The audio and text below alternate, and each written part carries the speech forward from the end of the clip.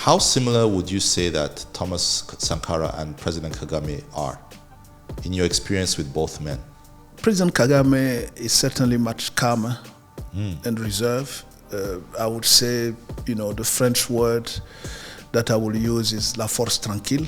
My worry as Sunny is that I'll go to sleep one day and wake up and someone has tested, detonated a nuclear weapon. I think today my worry comes from my perception that multilateral system has gone weak.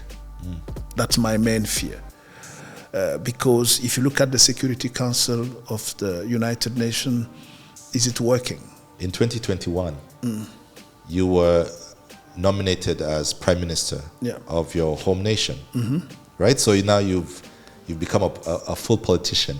Was there any moment during the coup d'etat that you actually felt that perhaps, you could be victimized? Amazingly, not a single second. Really? Not a single second. Rwanda has consistently been training young and professional in nuclear science and technology, sending them abroad every year. And for the past 5 years. The 6th year, as you probably heard, next year, at the opening of the school year, we'll start training nuclear scientists in Rwanda. If everything goes well, when do you see nuclear power being part of Rwanda's energy basket? If everything goes to plan, to the vision set for by President Kagame, we should have by the 2030s the first nuclear power plant in Rwanda.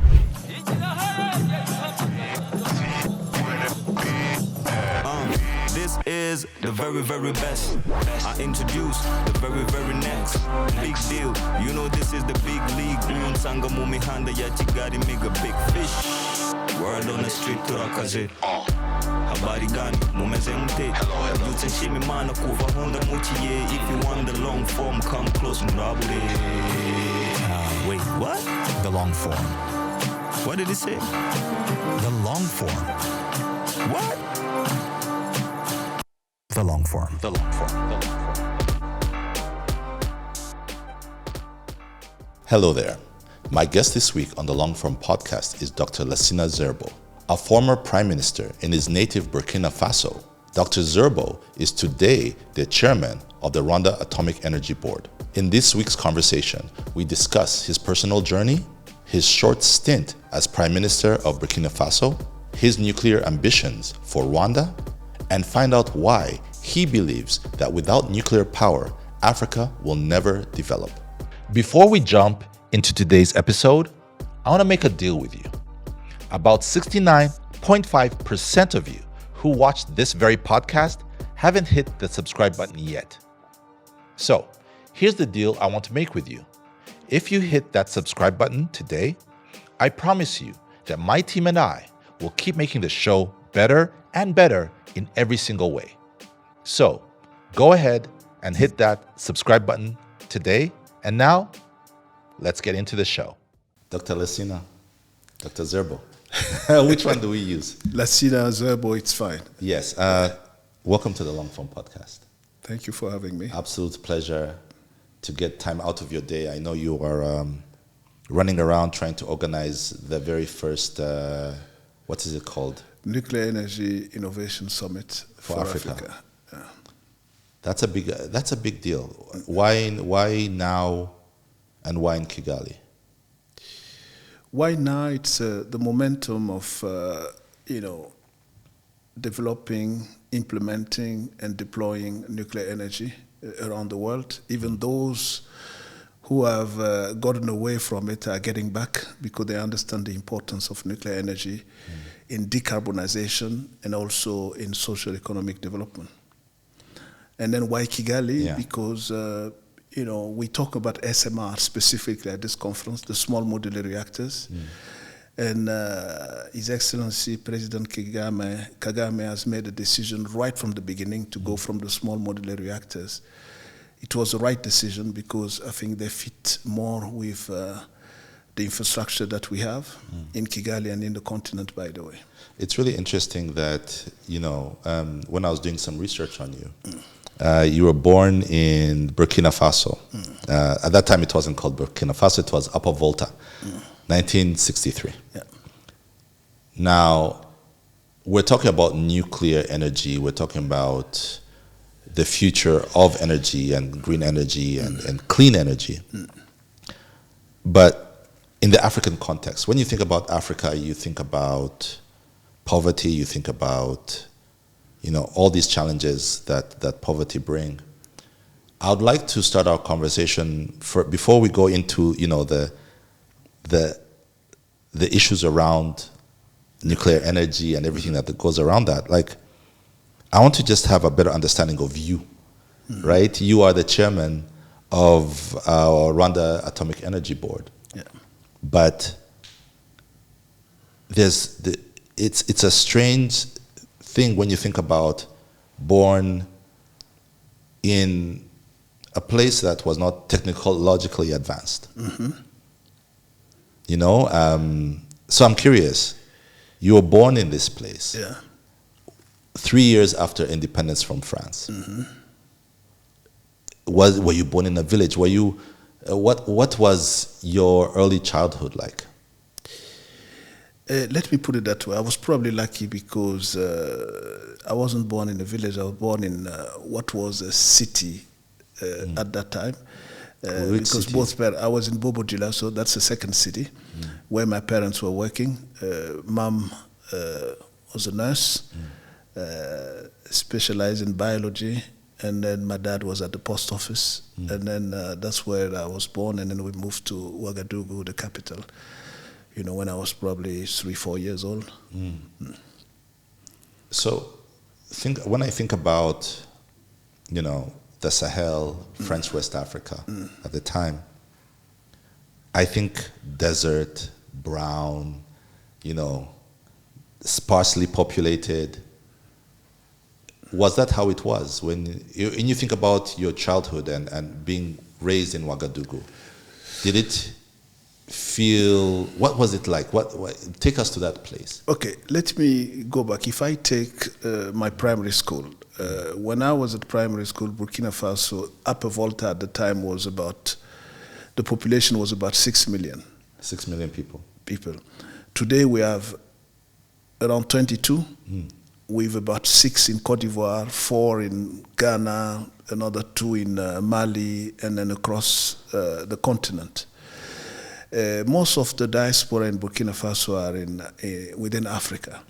You have few now in Europe, in the US, and Canada, but I think I'm coming from a generation where, Ouagadougou was a big village at the time. But a big village, a quiet place where we had our opportunities to go to school, to the good school of the city. And then I went to I would say a Catholic school, Collège Saint-Jean-Baptiste de la Salle. And that was near our house, by the way. And then I was a scout boy.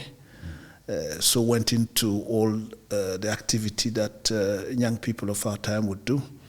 And then that forges, a certain resilience that allows you to challenge whatever obstacle you have before going to Europe. What were the obstacles that you had to face? Obstacle at the time was, you talk about the post-colonial days where you would go to school with, what we say at the time, white people. So, and then, what you have to do is to make sure, you challenge them at school because you want to be the best. Because you're trying to understand yourself. Where are you, who you are with, and then how you compare yourself to them intellectually. I think I've gone through this from kindergarten to, finishing my primary school before going to Europe. So you were actually studying with them? Of course, studying with them because, we're in an environment in the city where, we were sometime at the same school, with some of them who are coming from abroad, and then because their parents were working in Burkina Faso. You know, when you look at, you have a doctorate in geophysics. Yeah. That is not, geophysics is not something that, most African children do not wake up, are not raised thinking, I'm going to become a geophysicist. You're going to be a policeman, you're going to be a doctor, you're going to be maybe an engineer, maybe a driver, a pilot if you're very, very ambitious. Yeah. How did you end up on that path? Is it something that you always wanted to do, or did you just find yourself? No, I wanted to be a lawyer, to be honest, because of a movie that I watched when I was probably grade, when I finished primary school, when I was starting high school. It was called in French Le Pullover Rouge. It was a young man who was accused of killing somebody wrongly, and ended up being one of the last people to be, killed from when the death penalty was still, applied in France. That's Christian Ranouci. So when I watched this movie, and then we realizing that it ended up being noticed that it was an error, I had in mind that what I would do is to become a lawyer to defend those type of issues, and then making sure that those who can't defend themselves, I'm able to bring something to contribute to saving their lives. And then what stopped you from becoming a lawyer? Because our days, you don't go for what you choose.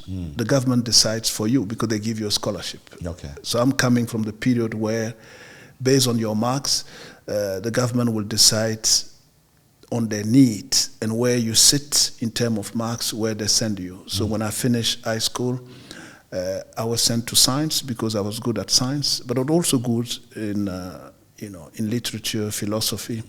But I still wanted to do political science. But the scholarship I got was to do science, pure science, and then I went to France to do pure science. Before we continue, if you live in Kigali, what do you do to stay strong and healthy?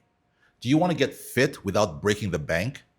If you are like me and the answer is a resounding yes, join Waka Fitness, Kigali's top fitness hub with expert-led workouts in a state-of-the-art facility, high-end equipment, and an unbeatable community vibe. And here's the best part. As a listener of this podcast, you get 20% off your membership. The thing is, this deal ends in August. So just hit the link in the description, waka.fitbase.rw/thelongform, or scan the QR code on your screen. Join Waka today. Get strong, feel good, and live life abundantly. What was that like? Because now you're leaving everything that you've known. And this is now Burkina boy going into Paris, the big city, dealing with, you're not even doing the thing that you wanted to do. Yeah. Not true. So it's a lot of challenges. It's a lot of I started in Normandy, University of Caen. And by the way, let me tell a small city. Rwanda, because the symbolism of the University of Caen, Normandy, is a phoenix. And Rwanda reminds me of the phoenix, because you guys are, raising from your ashes to become who you are today. And then whenever I come to Rwanda, and then I think of my youth day at the University of Caen with this big phoenix as a symbolizing the university, I link those two for some reason. But anyway, I started in Normandy, finished my MSc, and then did another MSc in Paris, Jussieu, and then started my PhD together with the University of Orsay, and then went to Canada for a postdoc, and US, and then Australia, and then I start moving around the world before coming to Africa. Living your dream. Living my dream. But you see, God does things in a way where sometimes you come back to what you wanted. Because I end up being executive secretary of the Comprehensive Nuclear Test Ban Treaty, where I was basically advocating for the entry into force of an important treaty for the overall non-proliferation regime. So I think I did that in a sense. When someone thinks about Burkina Faso, when you say the name Burkina Faso, there's someone that you think about today. But then before maybe 2022, when you said the name Burkina Faso, it meant one person. Now, from 1983 to 1987, Burkina was led by what I call a true African giant, Captain Thomas Sankara. Indeed, yeah. Now, you'd be the very first Burkinabe that I actually invite and have on the long form, and certainly I hope you won't be the last. But I want to ask, there's what we as East Africans, as Africans, know about Thomas, about Sankara, and the kind of man he was. But you were actually there. You lived in that time. You were a grown, you were in university, so you're coming in and out of Ouagadougou. What don't we know? Because there's a lot of things that we know about him, right? The symbolism, his stance against neocolonialism, his pro-women initiatives, what he did with public health care, public health. But what don't we know? What is there something that you wish Africans knew about Thomas? Simplicity, I would say. He was a man of the people, I would say. But Thomas Sankara, he fitted his time. You see, that's the difference. He came about at a time where Africa needed somebody who will speak that language. Okay? And for us, it's different because we were in our 20s. That's where, you want to show resilience, you want to show rebellion, you want to show that you're different, you want to show that the world belongs to you, and then you're fearless. So we basically fit Sankara's time because, that was a time where, all my friends, my childhood friends, were getting into military, military. They were young military officers, lieutenant, captains, not captain because they were much younger than Thomas Sankara, but they were so proud to see somebody not far from them in terms of generation that would speak a different language in the African continent that will remind them of what, the days of Patrice Lumumba, Nelson Mandela. That's what people were thinking of. And but he was an intelligent man. That's different. Very, very, very mindful of what he's talking about. He reads a lot at the time. He knew everything. You could ask Thomas Sankara any, topic, and then he'll have a say in it. So he had this general cultural, mindset that fitted his time, and then also fitted the resistance to what those countries were living for about 20 years. And then that he felt, our elders didn't manage to get away from it the best way possible. Did you ever get to meet him personally? Of course I met him personally. Really? Yeah, of course. Face to face? Face to face. Even talking, having tea with him. What was that tea like? Like, he was... the reason why I say simplicity, he will sit and then talk to you like he's talking to, you wouldn't even think that this is a president that is in front of you. Because Sankara, because he was living not far from where my parents lived and where we were, our suburb in downtown. He was next to the city stadium. That's where he used to live. And then we were not far from there. So when he used to drive past or even ride past, and then you see a group of young people like we do in West Africa, having tea, the 3 courses of tea, the first, the second, and the third, and then playing cards or any social game that we used to play. When you see a group, he will stop by just to, talk to people, get to know them, and then for a few minutes, and then he goes. So that's the opportunity that I had to have with him. Because one of the things that we always wonder is what would have been, right? So because, of course, he was assassinated in 87. If he had not died, if they had not been killed, how do you think Burkina Faso, how do you think West Africa would have been different? You see,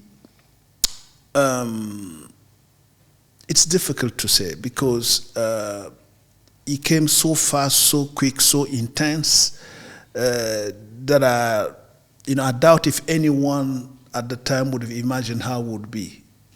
What we know, the mentality, he has changed the mentality of people, trying to let, many of us know that you have to work for yourself. And then when you're 20, at that time, when you see somebody resisting, the Western power, it's tempting for you. You want to identify yourself to him, and that's what he was for the younger generation. And Burkina, if you had stayed longer, it could go anywhere. Because for somebody like Sankara to succeed in the West Africa where Burkina is at the center, you needed the same mindset around in the 6 countries that are around us, which wasn't easy at the time because you had strong leadership in terms of political leadership and political figures, people who were not of his generation. So there would be an imbalance in terms of mindset that he would have challenges facing if he had stayed longer. When you talk about the way you've described him, there's someone who almost sounds like him that you know. How similar would you say that Thomas Sankara and President Kagame are in your experience with both men?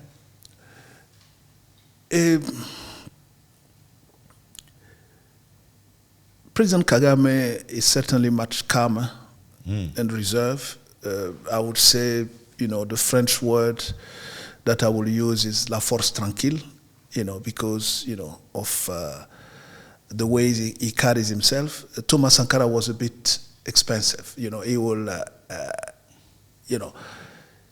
will speak his mind anytime. Not that President Kagame doesn't do it, but he's probably doing it in a much reserved way than what I've seen from President Sankara. But in terms of running a country, setting discipline, bringing courage in the mindset of people, having a vision, I think they're certainly similar. Let's go straight to, they're certainly similar. That's something interesting. Because I had... a few weeks ago, I had a Professor Pierlo Lumumba talking about, we were talking about the great Africans. I think you know Pierlo. I know Lumumba. And so we were talking about great Africans, and we were talking about, who are the great Africans? Who are the great Africans now?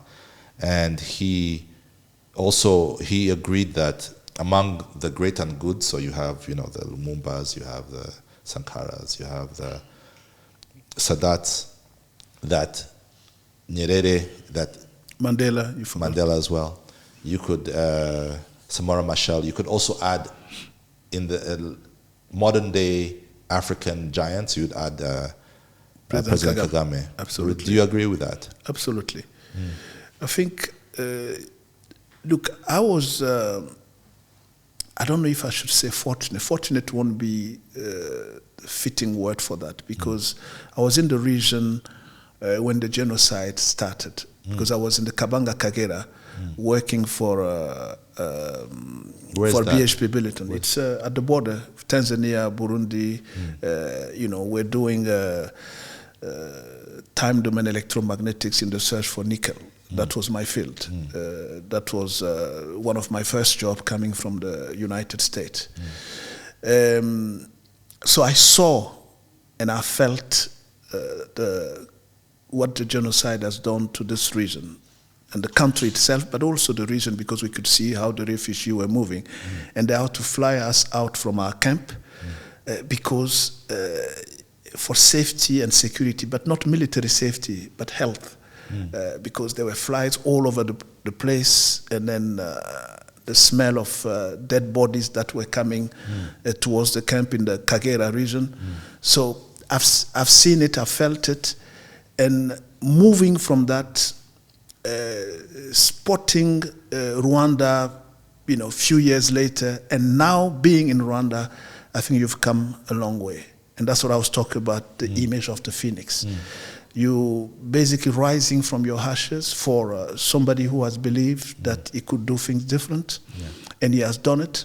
I think there are still a few challenges. I think we do need, but you do nothing without challenges. There's a saying, a French saying that say you don't do omelette without, breaking some eggs. Breaking some eggs. Yeah. So if in breaking eggs you control the damage and you still succeed for people to see what you're doing, I think you should go for it. When you have a vision and then you believe on something, I think you go for it. Yeah. I would like to ask, you're one of the few Africans, because there are certain international posts that very few Africans ever get a chance to, these big UN positions. Now, I think it's starting to change. We're starting to see Africans leading, the World Health Organization, where we've seen an African-born lead the UN. Here I'm talking about Kofi Annan. But you were one of those few Africans at a very interesting time. So you were the executive secretary of the Comprehensive Nuclear Test Ban Treaty Organization. Yeah. So I know what that is. So before we go into your experience leading this organization, what exactly was that organization? The Comprehensive Nuclear Test Ban Treaty Organization comes as a complement to the International Atomic Energy Agency. The International Atomic Energy is the peaceful use of nuclear energy.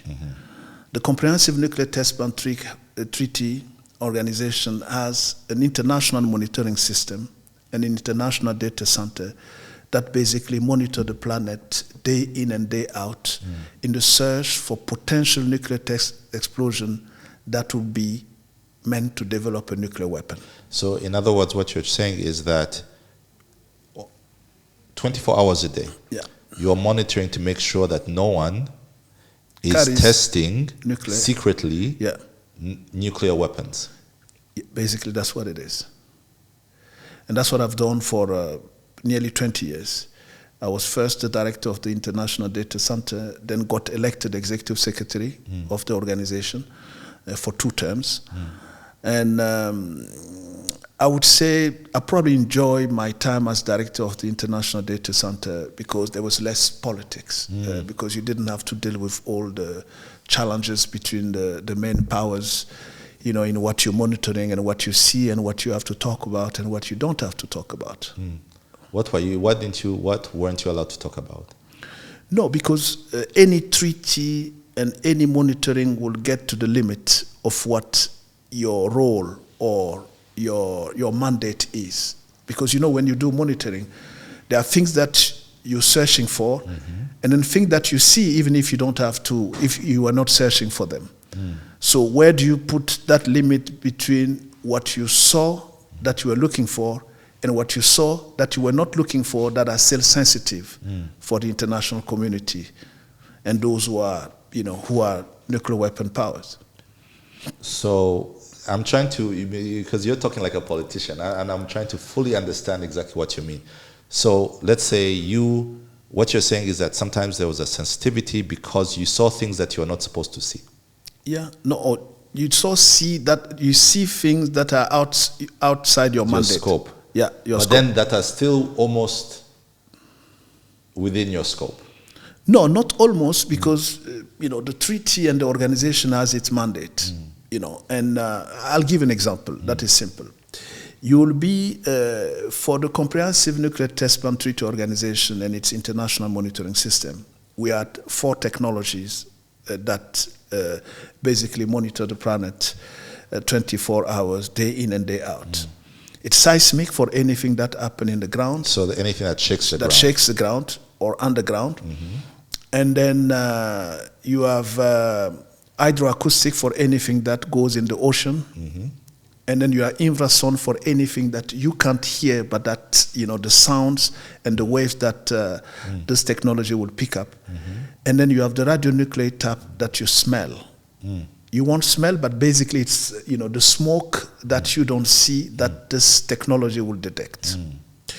So if we detect that for nuclear test explosion, and let's say there is something that fuses out of water, but that is not our mandate for the test, nuclear test, but it's coming from, I don't know, something completely different that a country is testing, okay?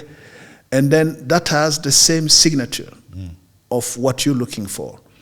You are in a situation where this is not your mandate because it's someone else's mandate. But where do you draw that line? Okay, that's what I was talking about. It's not that you make the data available to anyone. If any country, signatory of the treaty, will have a national data center, they can talk about it. But as an international organization, we stay in the scope of our mandate. How hard was it to come from a small country? Because some of these posts, they're supposed to be for the big countries, right? So you very often find that, the big, the world banks, they're led by world powers. How difficult is it to, one, there's different levels of who you are. You're a black man, you're an African, and you're from Burkina Faso.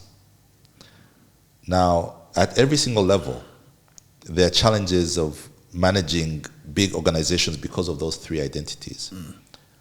How difficult was it for you to do your job effectively because of these 3 identities that you had to deal with?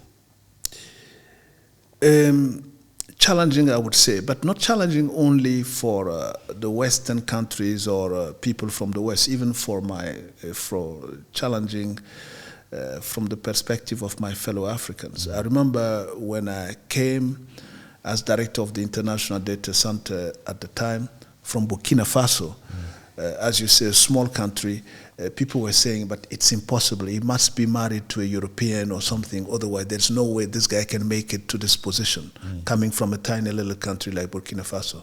But that's not true. I'm proudly married to Burkinabe. And I can talk about the story of how I got to the International Data Center. I mean, it's probably a story to tell because I was working in the mining industry and then, a challenging time too. That was post-apartheid because we were the first African managers in Anglo-American post-apartheid. When we came in 94 and then we joined Anglo-American and after BHP, that's what I did. And then went to South Africa, Zambia, Zimbabwe, Botswana, working in those places that had suffered what we all know. And I spent about 12 years in this environment. Anglo-American, for those who don't know, is one of the biggest mining companies in the world. In the world. So working in Southern Africa for those periods, and then flying in and out, Australia, Chile, Colombia, and then seeing or perceiving, let's put it this way, the difference, I would say the difference of treatment that you have when Western companies come to a country and then coming for exploration, exploiting the mineral and then sending them out. And I was seen as West because I was coming with a company there. But the minute people realized that I was Burkinabe, they will see me differently and then they will feel more comfortable and then we can exchange. But myself, deep inside me, it's a situation that I couldn't handle, especially in the field. And then I say, okay, look, I'm going to leave this job and do something else. Okay? And at that time, Google was starting. And then I Googled geophysics, exploration, mining, and research. And then the CTBT appeared. So before you continue, why did you get frustrated with the job that you had? No, it's, I wouldn't say frustration, it was uneasiness. Why? Why? Because, you know what?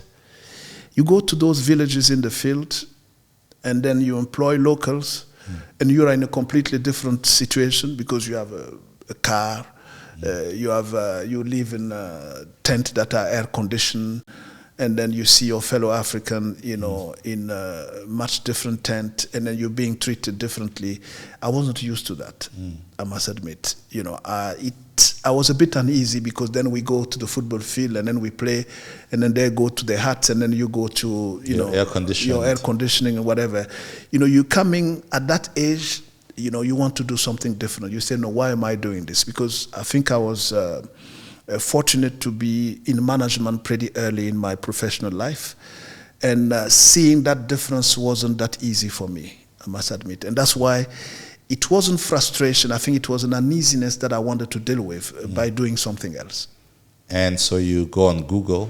And then I find this organization, and then the story is a bit, I found a position that was a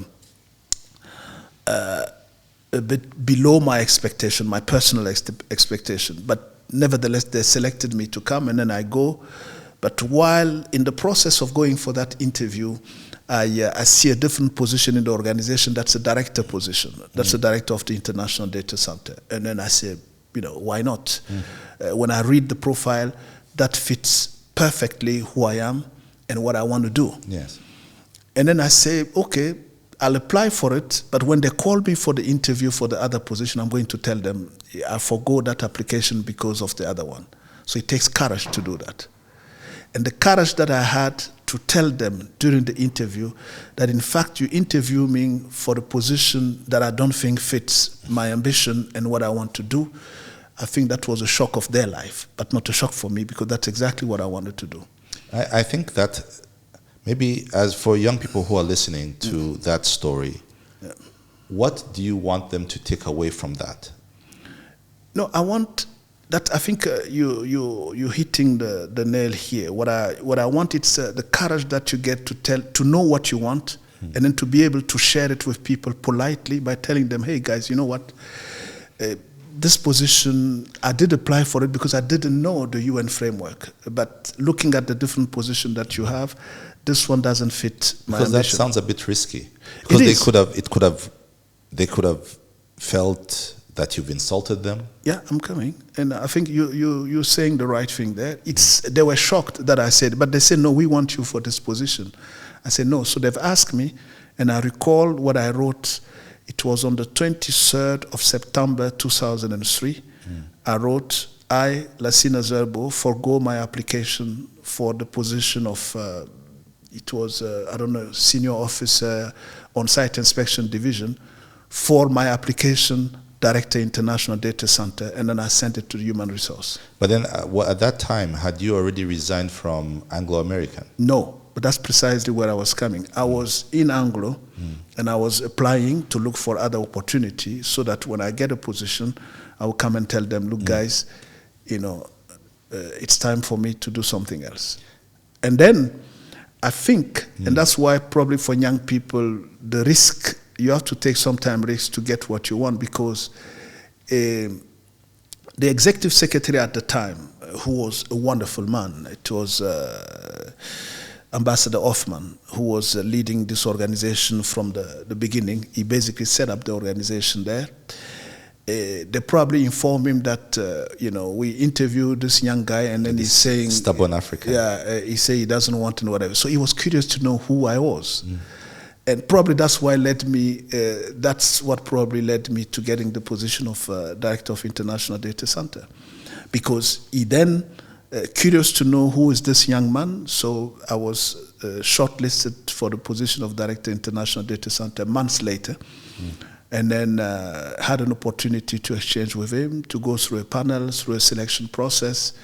And then I was the youngest director at the time, and then I remember my interview with him. He said, but you're still too young. At your age, we normally give P4 and hardly P5 position at the time. And I think there was a chemistry between us during that interview, and he decided to propose me for the position of Director of International Data Center, and that's how I got to this organization. So from data center, how long were you before you became the Secretary General? I was nine years as Director of the International Data Center. And in fact, you will be surprised, he's the same one after he was succeeded by another executive secretary. When that executive secretary finished his 2 terms, he came to me and then he said, look, Dr. Zerbo, I think you should apply for the position of executive secretary. And then I said, but he must be dreaming. And that's impossible. Then I went through the process. Was the process easy? Because I never know how these... Look, for director, you go through a selection process. For a position of head of an organization, at least the organization that are governed by member states, like the IEA, WHO, UNIDO, the CTBTO, we had 186 countries that will elect you as executive secretary. So you have to go through a process of campaigning, which I hardly knew, what this was. I mean, you're coming from mining and administration, and then all of a sudden, I think that was what you'd call your first political post. I would say political, it's not a word that But it's a political post. Yes, it is a political post, but that's because I often say that I flirt with politics. That's what I do. And I don't go further than that. I think, let's say a policy post, okay, to be polite in a sense. Yeah, it was my first chance at tapping into a position that will be at high policy level, high decision making. And yes, it was challenging, but I think I loved it. What was the most challenging part about the campaigning for the position? Look, for the position of executive secretary, do you have to go around countries? Because you have to go around countries, but I didn't. No, because I didn't have the means, the financial means for it. So how did you win? How did you campaign? Those who encouraged me to campaign because they felt that I would do a good job were spreading the words, and then we tried to, at the time, to get Africa to speak the same voice. That's not easy often because we always find people to divide us. But I won't go into to that detail. I would say, look, I probably had God's hands as always in my life and in that particular situation. And you won, and you were there for 2 terms. Slightly under 8 years. Yeah, 8 years. Just no, slightly under 8 years. Slightly under 8 years. Yeah. What would you say was your biggest accomplishment as Secretary General? As Executive Secretary of the Comprehensive Nuclear Test Ban Treaty Organization, I would say one of the main achievements was to strengthen the organization into a center of excellence for nuclear test monitoring. How? By consolidating the international monitoring system and then improving the way the data center would work, because innovation, technology in new ways of searching for a nuclear test explosion. I think we brought a combination of a probabilistic way of approaching this by getting a signature of potential or past nuclear test explosion, identifying them, and then basically sweeping all data to see what is similar. And that was a novel way of looking at nuclear test explosion that people were not comfortable with. But I think this has continued, and then people are still using for it. one of the achievement was to manage to get, at the time, countries like in the Middle East to sit around the table and then talk science. And we did that by organizing a technical and scientific workshop in Israel at the time, which wasn't easy at all. We did that, and then at the same time, during that period, what we did as well was to organize, a field exercise for the on-site inspection in Jordan. And then we managed to bring around the table scientists from countries that are not traditionally talking to sitting around the table and then discussing just the purpose of monitoring nuclear test explosion and processing data for the need of the state parties. You've spoken about the Middle East and the work that you were able to do, holding conferences in Israel and doing work around in Jordan. I'm just going to ask you, there's a lot of tension today in the Middle East, and my worry as Sunny is that I'll go to sleep one day and wake up and someone has tested, detonated a nuclear weapon. That is my worry, that the world is there was that, I remember when we were younger, there was that clock, the doomsday clock, and they would always be saying that, we're 2 minutes away from midnight, to midnight, and a nuclear war and everyone dying on the planet. Now I see what's happening, and I say, oh my goodness, I worry that, one day I'll just switch on the CNN and see missiles flying. Am I worrying too much, or is it a real danger? Look, a couple of years ago, I wouldn't think that this would be a real danger. But I'm worried too now. Really? I'm worried because in my dreams, sometimes I feel as if I was executive secretary at the time now, today, that, the fact that I had an opportunity to meet Prime Minister Netanyahu, I met him. Okay, and then I recall our discussion. It was supposed to be a few-minute discussion, but we end up spending nearly, I would say, 40-minute discussion with him, where he shares his experience, the experience of his brother in Entebbe, and then where I had the opportunity to tell him that, Africa is different and the world has changed, and that why I felt that, at the time, Israel could consider ratifying the Comprehensive Nuclear Test Ban Treaty. Because they haven't ratified it. They haven't ratified it. And the Israelis, I don't think they've even admitted to having nuclear weapons. But that's a different story. But talking about the ratification of the Comprehensive Nuclear Test Ban Treaty, they hadn't. And then my job was to work on that. And then I met many officials in Israel in that respect, including, as I say, Prime Minister Netanyahu. So somehow I feel that we had a good enough discussion to at least get him thinking. Yeah, thinking about it, and then possibly or potentially consider it in the years to come or months to come. That was my positive thinking. I still believe that to help the process or the fear that we see today, treaties like the Comprehensive Nuclear Test Ban Treaty should be enforced.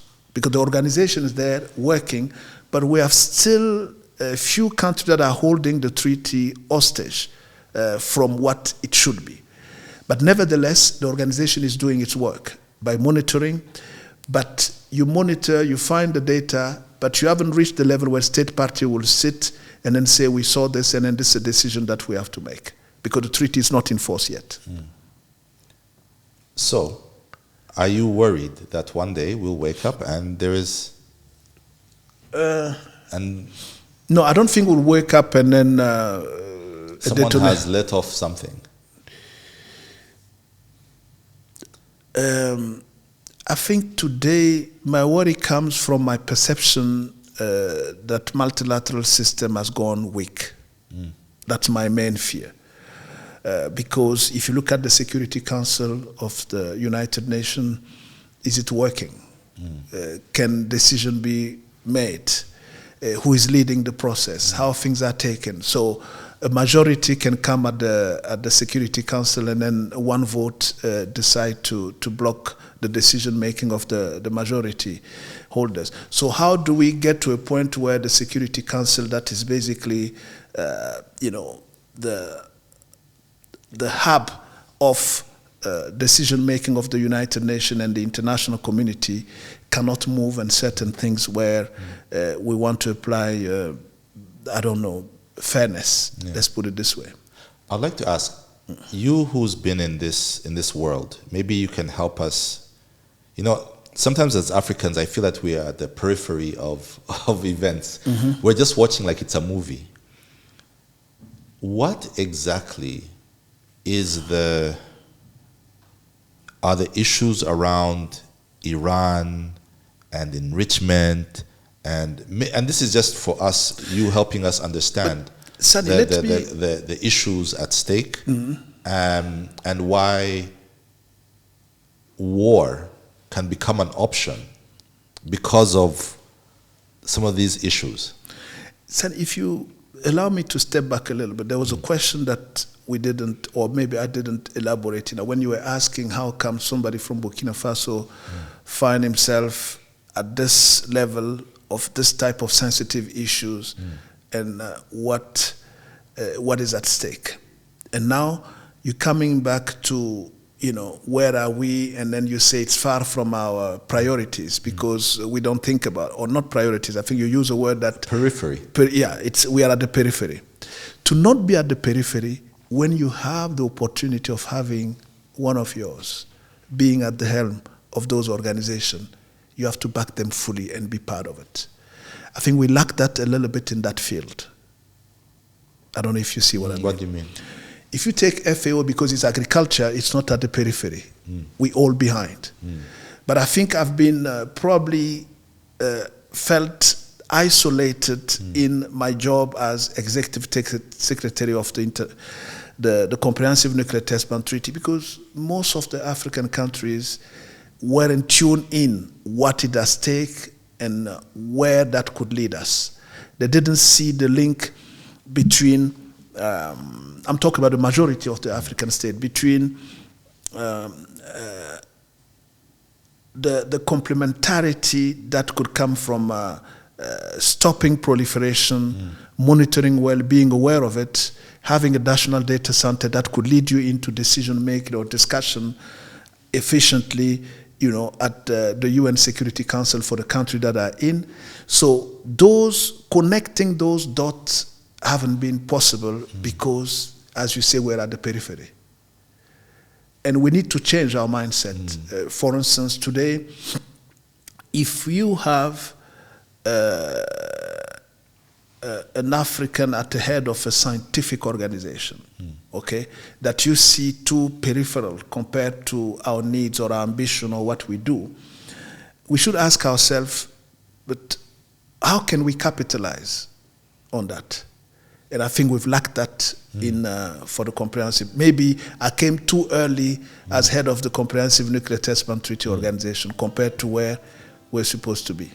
You still haven't answered the question of what is happening right now in that region, and as us as Africans, what do we need to know about these tensions, and how? I think we know how they'll affect us. If there's a war, yeah, of course it will. It's going to affect us. Absolutely. But fundamentally, what is the issue? And why is it such an urgent issue for the international community? It's an urgent issue for the international community because involving Iran in the world, in a war, it's not as if you're involving any other country in the region. It's a big country. and the International Atomic Energy head, Rafael Grossi, said it. It said Iran is big, it's huge, and then Iran has a history of scientists that are talented, experienced, and developing, into innovation, technology. So it's not like dealing with any other country that is, new in the business.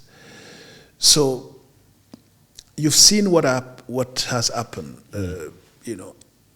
Iran reacting to what they perceive as an aggression, and then how far this could have gone if we didn't have the cessez-le-feu, the ceasefire. The ceasefire that we've had now, and the risk was to amplify this war and then getting other countries involved because we have an agreement. You hear, you do this, and then somebody is attacking you. I want to get involved. That could generalize the war between the two, and then put us in a much difficult situation than where we are right now. I'd like to ask, and this is maybe I'm asking a stupid question. Why? Okay, maybe, and this is maybe a philosophical question as well. Why do some people get to have nuclear weapons and other people don't? Because, when you talk about the Comprehensive Test Ban Treaty, you can't have nuclear weapons without being able to test the technology, therefore you can get a nuclear weapon. Yeah. But some people get to have nuclear weapons, right? The French, if I'm not mistaken, were tested in West Africa. I don't whether in Algeria. They did it in Bikini. In the Pacific. In the Pacific as well. Yeah. So they've done it. They've been able to test their technologies and weaponize. Why should some people get to have this technology that then they use to bully other people? Because someone was saying that, you look like, you see North Korea, for example. They shout at it all the day. They wave their fingers, they do this, but no one is ever bombing them. Because they have what? A weapon. You see, you can touch them, they can touch you. So, and this is just me being silly, but why can't everyone have it? And that way, no one will have it. Because it's the mutually assured destruction philosophy. That's what we call deterrence. Yes. You have it, and then you basically deterring others from hitting you. From hitting you. So, but I could return the question to you. If everyone had it, would the world be safer? Maybe. There's someone who said this. Yeah. He was saying that the safest place in America. In America, everyone has, the guns. gun. The safest place, the most polite place in America is Texas. Because everyone has a gun. Okay. So having been in the makeup and I would say the progress made for the international monitoring system and the international data center, I'll structure my response to your question differently. Some had it before we had those treaties that I'm mentioning, the Non-Proliferation Treaty, which came because precisely of that, seeing countries in the rush to develop nuclear weapon and then probably making the world unsafe because you say everyone has a gun, but if you're responsible with a gun, it's different than if you're not responsible with a gun. And then we can draw the line wherever you want. But then they establish the Non-Proliferation Treaty, they start working on the Comprehensive Nuclear Test Treaty and any other means to restrict so that the perception of being safer, that it's not, you don't have, for instance, weapon in the hand of a terrorist today. If we had that, if you have nuclear weapon in the hand of terrorists, then the world will be much, will be unsafe. So then at that time, the 5 nuclear weapon countries France that you mentioned, China, Russia, the United States, and United Kingdom. Those are the first countries officially possessing nuclear weapon under the non-proliferation treaty that was established. Any other, it's considered unknown. Or India and Pakistan? in India and Pakistan, yes, it's considered that they have it today. I think we can go up to 9. But what I'm saying, under the non-proliferation treaty, those are the countries that had nuclear weapon and known to have nuclear weapon when the treaty started, so that we can work on the non-proliferation, on the monitoring, so no one else develop nuclear weapon. You mentioned North Korea. But North Korea hasn't signed, nor have they ratified those treaties. So if you engage or embark in signing those treaties, like Iran has signed the Comprehensive Test Ban Treaty but not ratified. Okay? So Iran is part of the IEA, so that's why the IEA is monitoring their facilities. So if you sign those treaties like the NPT, it means that you're giving yourself the right to go for civilian use of nuclear energy and nuclear technology. And the IEA's responsibility is to monitor how far you go, and are you going borderline or are you crossing the red line with regard to developing nuclear weapons. So that's the responsibility of the International Atomic Energy Agency. And that of the CTBT is about monitoring possible tests, like what North Korea did several times when I was at the head of the Comprehensive Nuclear Test Ban Treaty, and then had to deal with it, because I dealt with those tests. I used to be waking up at 2 o'clock in the morning because there's a detonation, and then people will ask me what's happening, and then we'll get working and then give the information to the international community. At a time where the treaty is yet to enter into force, but the organization was still doing its work, and that's what we did. So if you combine the monitoring of the Comprehensive Nuclear Test Ban Treaty and that of the International Atomic Energy, they were all meant to make our world safer in stopping people from developing nuclear weapon and only focusing on the peaceful use of nuclear energy. Okay? So North Korea did it. They're not part of it. So they were, the rebels will say, we will do it anyway until today. There is doubt whether they have it or not. But I think there's no doubt anymore, because here's what happened. It is assumed, I think if I recall those data right, let's assume that North Korea has it.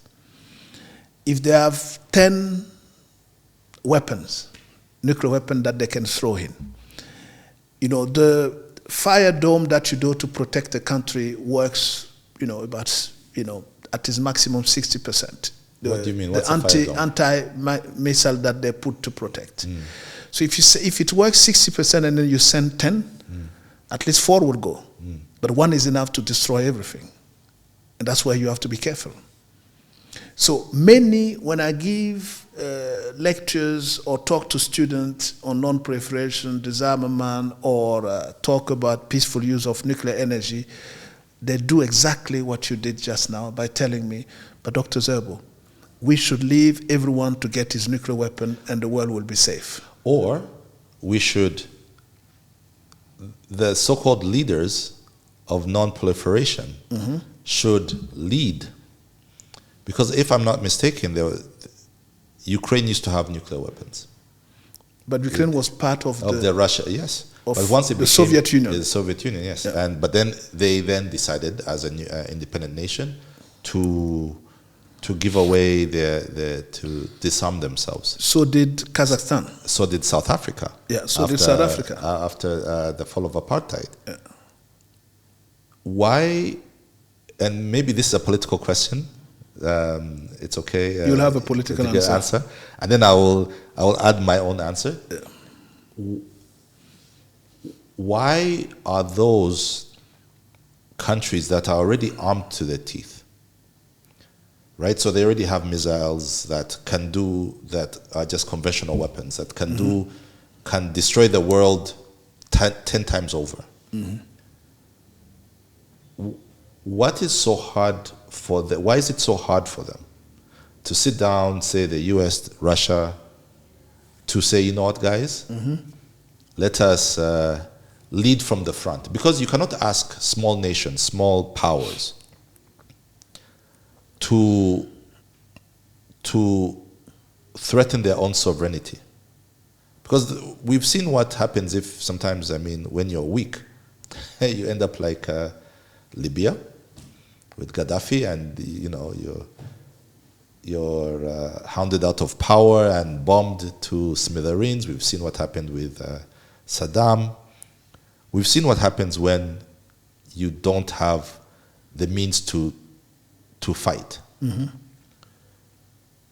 Why is it that, because then it's almost on the small powers to continue being small and saying, you know what, you can hammer us if you want. Why can't the bigger powers, why has it been so difficult for the bigger powers to sit down and say, you know what, let's reduce our ability to end the world? Because that's what would happen. Okay. When I mentioned the nuclear weapon countries, somehow I was expecting you to come and say, but why are the same, basically decision making at the Security Council? So, is it a coincidence or is it linked? So, one would say, let's not go for a coincidence. But then if we don't go for the coincidence, we go into what you say, why don't those one lead it responsibly so that we don't find ourselves in the situation that we have now? And that's basically what is happening in our world today with the perceived weakening of multilateral diplomacy. People are asking to review or revise or reform the United Nations and more specifically the Security Council. Maybe because it fits less within the time frame we are in and within the geopolitical framework we're floating in right now. So we need reforms to adjust things so that things are dealt with in a, more, with a little bit more fairness than what we've seen so far. I think that's what many of the countries are asking, especially the emerging countries. Well, I certainly hope something will be done, because if we're seeing Russia, because I see the world, and I see Russia pushing into Ukraine, and a lot of the questions are, if the Ukrainians had not disarmed themselves voluntarily, would they have been so vulnerable? Maybe not. But that's, I guess, the politics of the world that we're living in, and hopefully unilateralism will be pushed back by multilateralism. Are you hopeful? In the world that we're living in now, not the world that we want to live in. Yeah, I think, no, I still remain hopeful because you see, being in Rwanda can only get you to be hopeful when you see where you guys are come from. That tells me that, I think we've gone internationally, multilaterally, I think we've gone low, and then we can't go below that. We only have to bounce back.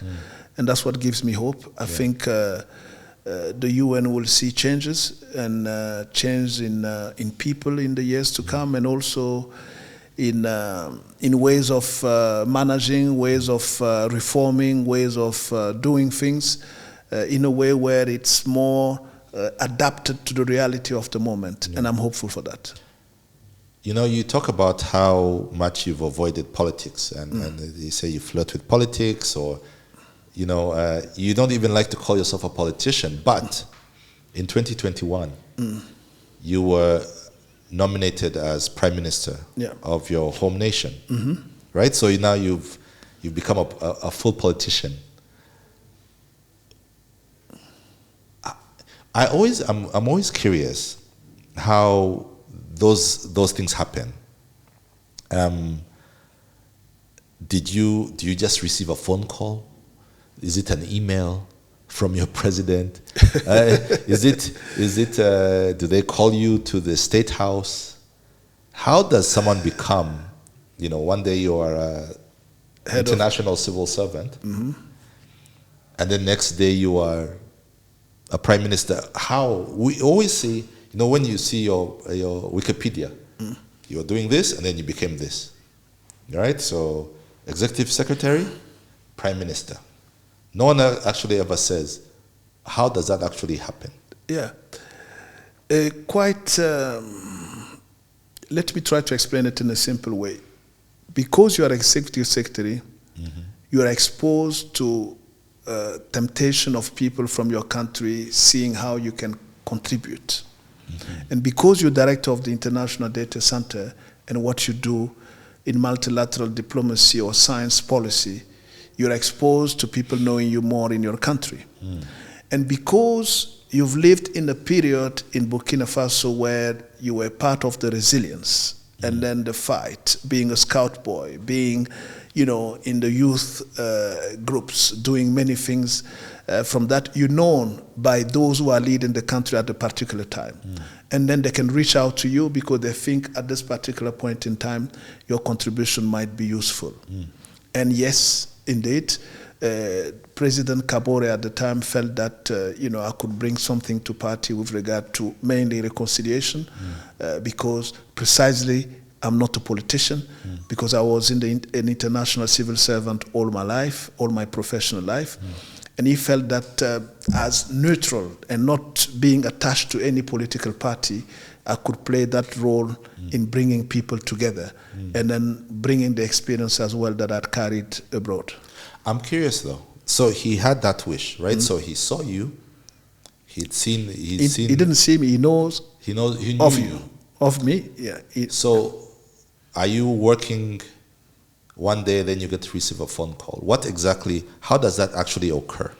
No, look, I've always remained attached to my country, visiting, Burkina, even being abroad. I go back 3-4 times, and then whenever I go, those were we used to be in the same basketball team because he was a senior. Player. Yeah, I used to be a basketball player. He was at the same college, high school, because we're playing basket there, and then I was quite minimum when he was senior. What was your favorite position? Center, because I like fighting. Yes. So he and then we know of each other for a long time, and then flirting with the same group of people, because remember I was telling you that the country wasn't that big in terms of population, and then all the people who were going to Europe to study or abroad to study, we knew of each other because every year during summer holidays we used to get together to talk about policy issues, resilience to what we living in, and then how we can fight what we didn't like because we're young. So we all knew each other at the time. And then, of course, you will be exposed to being called one day, and have a discussion, and then the discussion will lead to, how about you coming to contribute? So you see, it was a call. Because not far from that. Because the reason let's say discussion. No, because I had our Minister of Interior Security, Dr. Vincent Biruta. I think you know him, and so I had him on this chair. And he became, I think, minister. He became Minister of Health for the very first time around 1997. And so I was also curious. How does someone become a minister? Do you get off? And he was, so he gave me he was working in the office, and then he just received the phone call. Yeah. So I was wondering, was it the same way? Do you receive a phone call? Does someone invite you to State House, to have a cup of tea, and then it depends. In your experience, the phone call wouldn't be, I'm calling you because I want you to be my prime minister. Yes. That's not how it works. Okay. You have a call, okay, can we meet? And then you start chatting, you're discussing, and then there are different ways of doing it. And then say, look, by the way, I think, I'm thinking of you for this position. That's how it works. How do you feel about it? How did you feel about it? No, at the time, look, I had opportunities internationally, both in private and then international civil servant position to continue after the CTBTO. But I was asking myself, because this type of discussion came before even that. Yes. And then I've never been ready to embark into it. But then you say to yourself, time is flying, so when would you do something directly for your country? Yes. Because being an international civil servant, you do serve the continent, you serve the world, and then by ricochet, as we say, you also serve your country. Yes. But being engaged and involved directly is not something that I had particularly done, despite, being close to young people in my country, helping them, coaching some of them. Apart from that, I didn't have much involvement in the administration. And then you say to yourself, okay, maybe you are at the age and time where you can make a difference. Then you say, okay, let's go for it. But then you got chopped by, a coup, and then you say to yourself, okay, what should you do? So when you had that cup of tea, I'm assuming it was tea. It could be anything. It could have been a glass of water. Did you immediately say yes, or did you say, you know what, give me some time, I think about it, you go back home, you talk to your family? Because it's a big decision. Okay. For a position of prime minister, it's not like a minister position where you could make a decision or call your family. It's a process. Yes. You've been talking about it for some time. And then, also, leadership will see, okay, you have a discussion, I see, is he in the mindset or could he be in the mindset of accepting this? Because, one thing you don't do in our culture, a boss doesn't call you for something where you say no. So he has to prepare you for it. Yes. If he doesn't want to put you in a situation where you feel like saying no. Yes. And I think most of the people who reach that level know how to do it. Yes. Yeah. Was your family excited because you have 3 daughters, a wife? How did that conversation go? Excited, I wouldn't think so, because I'm from a family where even if we well known, I wasn't particularly exposed to politics to that extent, and then it's not particularly the temperament of my wife, because she's probably more reserved and probably want us to live our quiet life as we're doing. But like any wife, when you say, you explain what you want to do, what you think of doing, she will say, okay, she will, go for it. We'll back you as much as we can, but watch out. What was so you become prime minister. What was that? It was, again, for a short period of time, about 2 months. Yeah. But what was your experience like being prime minister of a country that you love, of leading a people that you respect? Was it something that you feel your career had prepared you for? In terms of preparation, I would say probably, because having been an international civil servant, dealing with policy issues, administration, human resource, managing people, dealing with issue continuously or consistently, you have the emotional intelligence that go with that. You have the difficulty and challenges that you have to deal with. I think those steps at international level certainly helped me to know how to deal with a certain issue or decision making or handling people at at political level. Because for something for you to know, I became prime minister without having any membership from any political party. Yes. Yeah. What was the experience like? Okay, Or maybe let me ask you a better question. Yeah. Was it what you expected it to be? No, in the beginning, no, because I'll give you an example, which I don't know if I should mention it. I often tell people I have a military mindset, but I'm not a professional military because I like discipline. Okay? Discipline, respect, courage, and then, showing some resilience is things that I like. And often politics takes precedent with regard to the goal, the vision, and the objectives that people might have. Okay? Because somehow I have a feeling that politics can turn you into thinking only about yourself. When I say this is you want to be elected as a parliamentarian, you only fight for that. You so into that everything around you, if you're not careful, you don't see it. I think you have to be strong enough mentally to link the fact that you're running for parliamentarian and that it's beyond being elected, but you're doing it for the people of your constituency. I think that link is not always well perceived in our part of the world.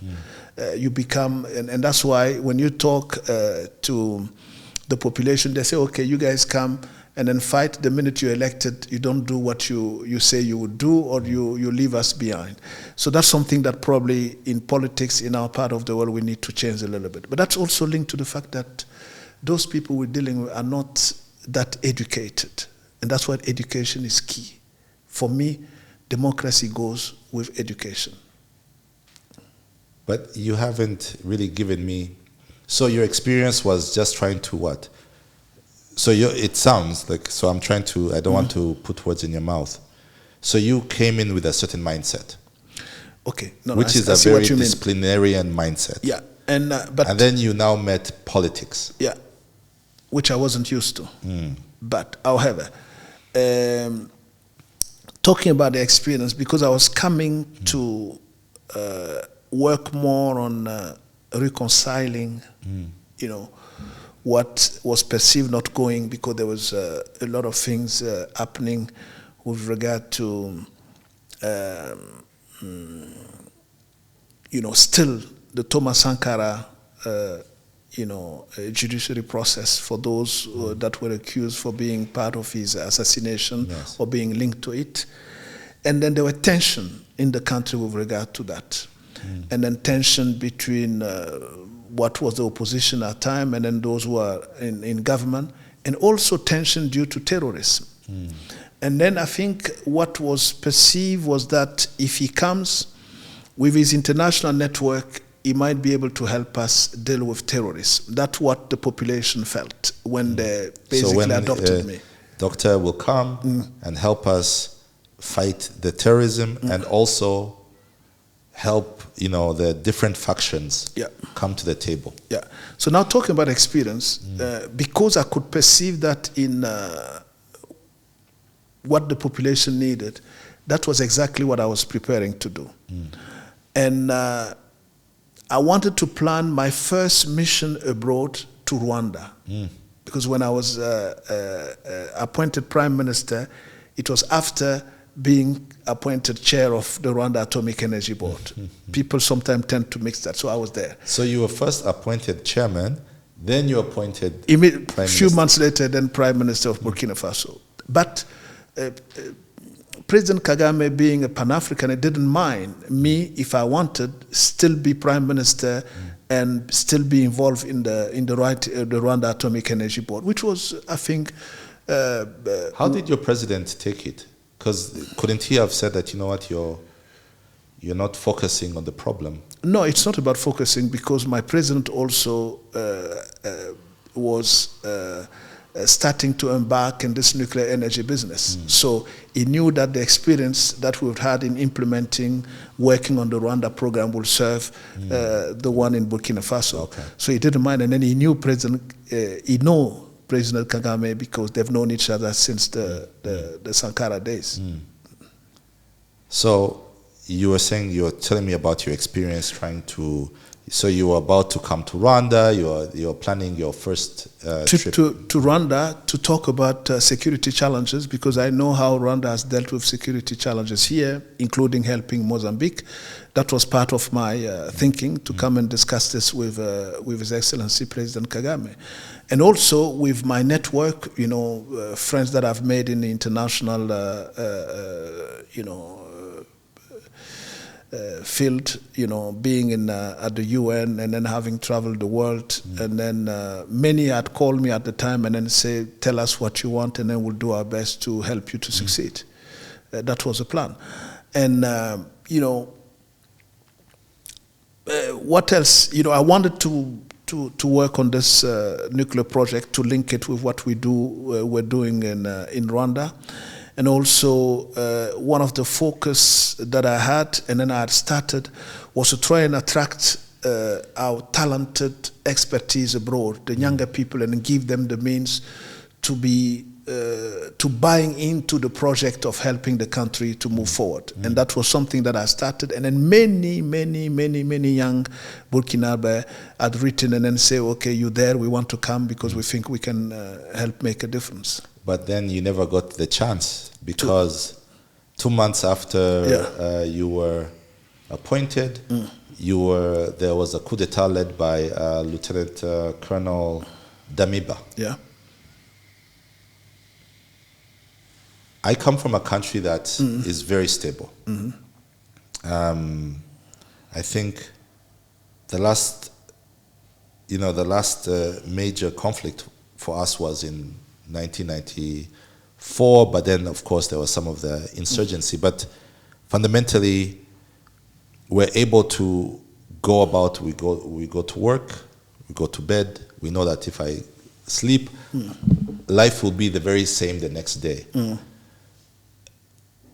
What was the coup d'etat like? You're prime minister. You're probably in the, I don't know whether the prime minister's residence or you're living in your home. Again, you watch these things on TV, right? But I lived it. Yes. Yeah. How and does I can that tell happen? you. No, I was sitting with the president watching a football match, and in fact, it was the African Cup of Nations in Cameroon. Yes. And then we're watching. I think it was a match in his home. In one of the, one of his residences. Yes. Yeah, but downtown, which is a few minutes away from my own personal residence, and then we're watching, and then somehow I felt something wasn't right, and then they came and told us, if we could separate. So they've asked me to go. The guards? The guard? No, it's guard. Without saying anything, so I went home. They just told you go? No, it's not about just telling you go. It's say, okay, look, we got to go, and there are ways of doing it politely, to say maybe there's something or a call or something he has to deal with. And then I left. I'm a few minutes from there, and then all of a sudden I hear guns. Yes. Okay? But you knew that there was something wrong. Why? No, I knew there were tensions. Yes. I knew there were tensions, but it started, with like a mutiny where people, are not happy and whatever, like a game, not like a game, like something very, small. And then in the evening, that's what happened. I started hearing gun, and then I was told, no, don't mind, we have nothing against you, and then you can stay home. And then I was sitting home and watching TV where they say I was arrested. Yes. And then I wasn't. I was at also, the TV report was saying that you had been arrested. Yeah, in the morning. Yes. Because the night was a bit challenging, because I wanted to see where the president was. Yes. Because, I know him, and then I tried to spot him somewhere. And then we had a chat. And then the next day, I must admit, it was the next day, he called me, he said, look, you know what, I'm going to tell you, I wouldn't allow, a bloodshed in this country. I think I will, resign, and then that's it. If they think they can do better, fine. So we get into that, And then you probably, since you're reading the news, you heard that somehow the population wanted me to stay because there was a poll where people say no, he should stay because when they were in the process, those who made the coup, and my defense minister, who was somehow in contact with those who made, came to me and then said, look, we still want to talk to you. But, coming, not being a politician, coming from abroad, facing a situation, I wasn't in that mood. Yes. What I wanted was to see how things unfold and then think about the safety of the one who has appointed me as prime minister and then look ahead for, what I would do next. And that's how it has been. But, I wasn't feeling, I wouldn't say sad. I felt, as you say, like I could achieve more because I believed that I could achieve more. I wasn't given a chance to continue, but should I be upset about it? Then I say no, maybe God knows what he's doing. So maybe, it was the right thing that this happened so that at least we're safe and then we can do something else. Was there any moment during the coup d'etat that you actually felt that perhaps, you could be victimized? Amazingly, not a single second. Really? Not a single second. Because there's gunfire, there's soldiers, you're part of a government that I guess the soldiers wanted to depose. No. You never felt... No. I never felt... Why? Threatened because I never felt threatened. Look, because I never touched anything that will compromise me from the time I spent there and the time before. Because, I've been working internationally all my professional life, and then I see nothing that I've done that could justify that I would be, arrested or, attacked or whatever. No, somehow no, to be honest. Do you... I guess, when you think about it, some of... every so often I talk to men and even women, and their lives are like movies. Mm-hmm. This is not a... you're sitting here, you're telling me, you're very calm, but it's not normal. It's not a normal situation. No, it's certainly... Look, I think my family, they were probably more scared than I am. And I was scared for me because they didn't know if... because, look, you're right, with gunfires all over, you could fall into... But I was home. The only thing that could happen was they come and ask me, okay, we take you because they will question you for some time and then, they will release me because, in a normal world, even if it's not a normal world, when such situation happen, they will check, and say, okay, what have I done? And then, maybe release me at some point. No, the funny thing is the people who deposed you, in about 6 months, they were also deposed. Yeah. They were deposed by the one who's now a group of young officers who are now led by Ibrahim Traoré. Mm-hmm. Now he's the president. I'd like to ask, do you still go back home? Yeah, I go back home. I came from Burkina last week. What is... Again, Burkina Faso, I think, is almost like Rwanda in certain ways. It is, for the size of its country, of the population and the country, it has a huge African interest. Mm-hmm. There's a huge interest in, what is happening there, how the country is progressing, how the leadership is leading its people. So maybe I'll ask you, because you've been there recently, when we get the news, there's a lot of, depending on where the news is coming from, right? So if you're getting it from Pan-African sources, it seems like, everything is back to normal, the country is developing, the roads are being built.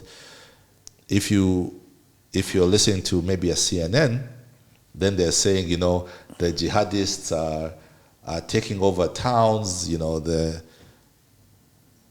the situation is not good. You who's been there, maybe you can tell us from your own viewpoint, what is the situation like now? Life is normal in Ouagadougou because it's young people wouldn't see the difference. But up north, at the three countries border, Niger, Mali, and Burkina Faso, there are some challenges, and then and that's probably why the three countries are getting together to fight terrorism. Our biggest challenge is against the terrorism, and then those who are still, trying to win ground in the country, in Mali, in Burkina, in Niger, and now they're spreading slowly into our neighboring country in south. There are some incursion in Togo, in Ghana. So one has to be careful that this thing doesn't spread, and that's why I believe we need a united force in that region to make sure that we have the same fight against terrorism, and then we need to speak and act as one. To fight terrorism. Terrorism is becoming such a thing. You go to, when you get news from Nigeria, it's Boko Haram. Again, the fight in Mali and Burkina. Now you're also saying Togo and Benin. What is again, because you obviously, as Prime Minister, you had information that you were able to tap into. Why is terrorism, jihadist terrorism, why is it growing so much in West Africa? And maybe after you can help us identify the why, then how can Africa fight it?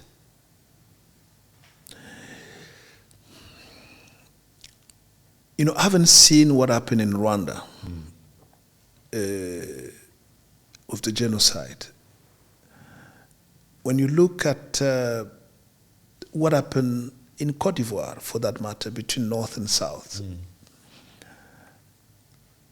my main fear is that if we do not come to a point where we deal with reconciliation the best way possible, where people feel at home, be there from the north or from the south, be there from this ethnic group or another ethnic group. If you start accusing each other, that could make things complicated.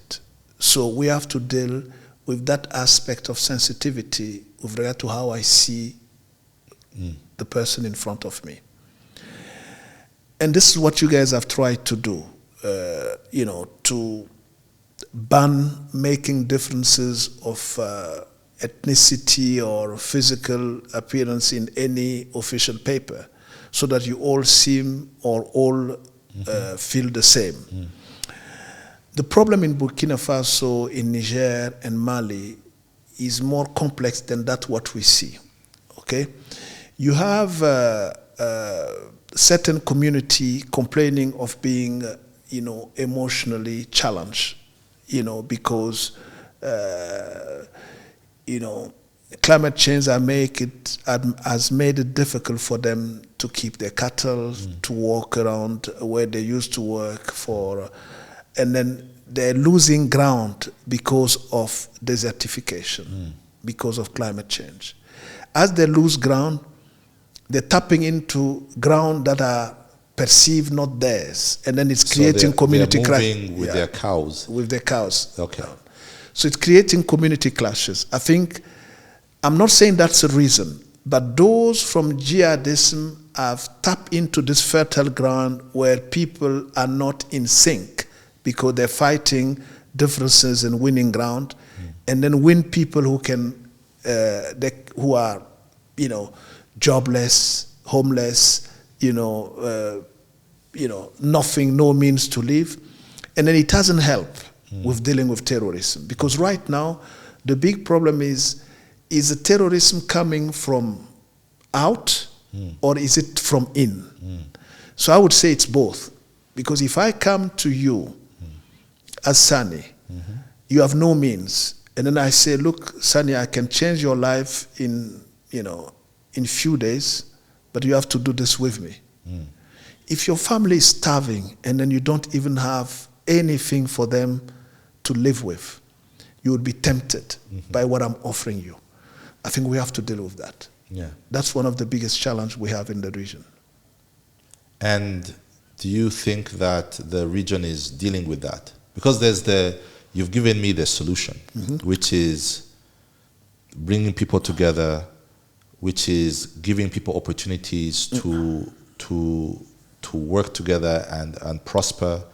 You've also discussed, climate change and, mitigation, because that's how do we mitigate climate change, which is interesting because even in the 80s, Sankara was planting trees and saying desertification is going to be a big problem. We need to start fighting it.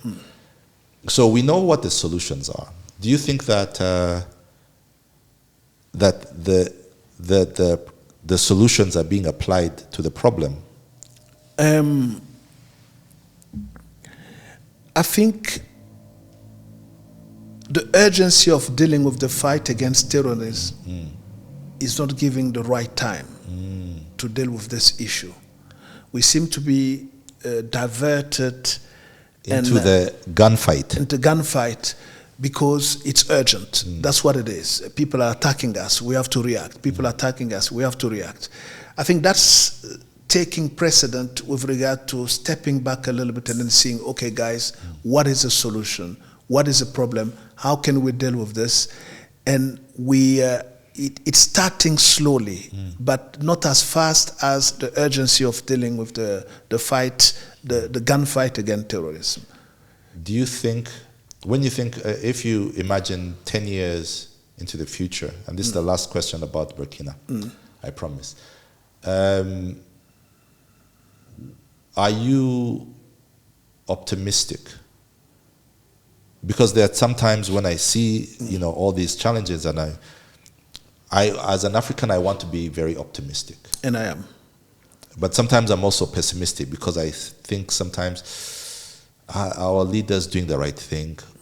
Is the international community, are we working together? Because as you said, when you're talking about Sankara and how you said that, he was a very progressive force, but he was surrounded by non-progressives.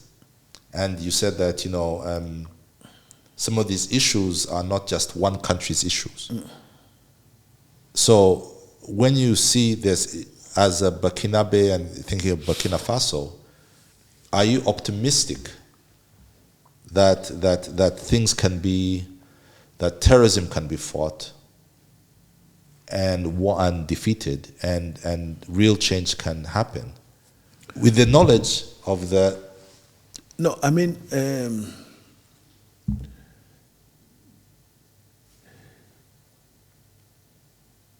terrorism can be managed in a way where we find solutions to live together. Terrorists can be defeated. We need to get people... what can you do against somebody who is ready to die? You have to give them a reason to live. Yeah, you have to give them a reason to live. Because if you don't start giving people a reason to live, there's nothing you can do against somebody who is ready to die. You will try, you will kill him, you will kill another guy who is ready to die, and as many people who are ready to die, and then you'll continue and being focused in this gunfight. So I think we should do a combination of deterrence with guns, but at the same time, opportunities and giving a reason to live. The deterrence is basically showing that, okay, I'm here, I will not let you, challenge me to a point where you send me away from my ground.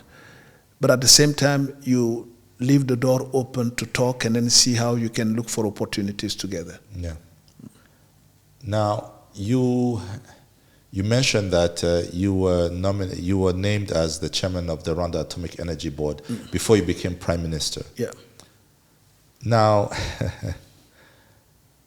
how... Rwanda is one of those countries where I'm always amazed sometimes by the ability to attract talent. you are certainly not the first non-Rwandan to head a government institution. But how did that happen? How did obviously it must have been President Kagame who reached out to you personally to say, hey, I want you to lead this board, this energy board. Was it? How did that conversation start? At this level, you happen to have common friends, Or at that level of, he's a president, and you I'm head of an organization, yes, whatever. And then they happen to know of some people, okay? And then, of course, I came here, my first visit, I was welcome, and then I had the chance to meet through, a common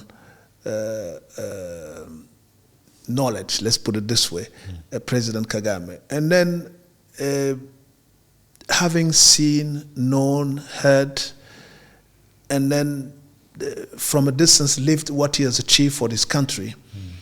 Our first meeting, I was sitting and then listening to him calmly. By the way, it was after a basketball game. That was also interesting. And then, so it seems sports and life intersect quite a lot. Yeah, intersect. And then, the conversation went into what I'm doing, where am I going, what are my ambitions for a continent. And then he said, and then I always recall that, you know what, you've spent too much time abroad, you should come to Africa and then we'll work together and then we'll achieve something. And then we'll work for this continent. And that word touched my heart because thinking that somebody will think of you as potentially being able to contribute to something that he has as a vision, not only for Rwanda, for the continent, is quite attractive. If you take into account what he has achieved and then where he's coming from and where he wants to lead this country and then where he wants to see the continent achieving in the years to come, that was attractive. Not that I didn't have other opportunities, but the flexibility in coming and then listening and then being part of the something that I know that if there is one place where we can make it successful, it's Rwanda. For what I've said, the discipline, the courage, and the vision before that that could make the implementation of such a project quick, fast, and efficiently. Well, now that was in 2021. So now it's been 4 years. You've been chairperson.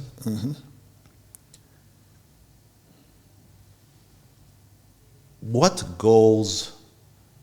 Let's start with, we start with your, because obviously when you came here with a mission, right? There was the presidential mission, but there's also your mission.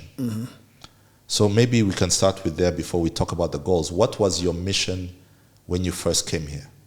And what was your mission? What did you feel your mission was as the chairperson of the Rwanda Atomic Energy Board? I saw, or I still see my mission as being part of something that I believe will be successful because we have a fertile ground for it. I've mentioned the vision of the man who got me to agree to come here. And not his vision for only Rwanda, his vision for social and economic development for the country and then for the continent as a whole. And then the choice that he has made to go for SMR technology that I knew of, that were the way I believe Africa could go faster into implementing his nuclear energy program.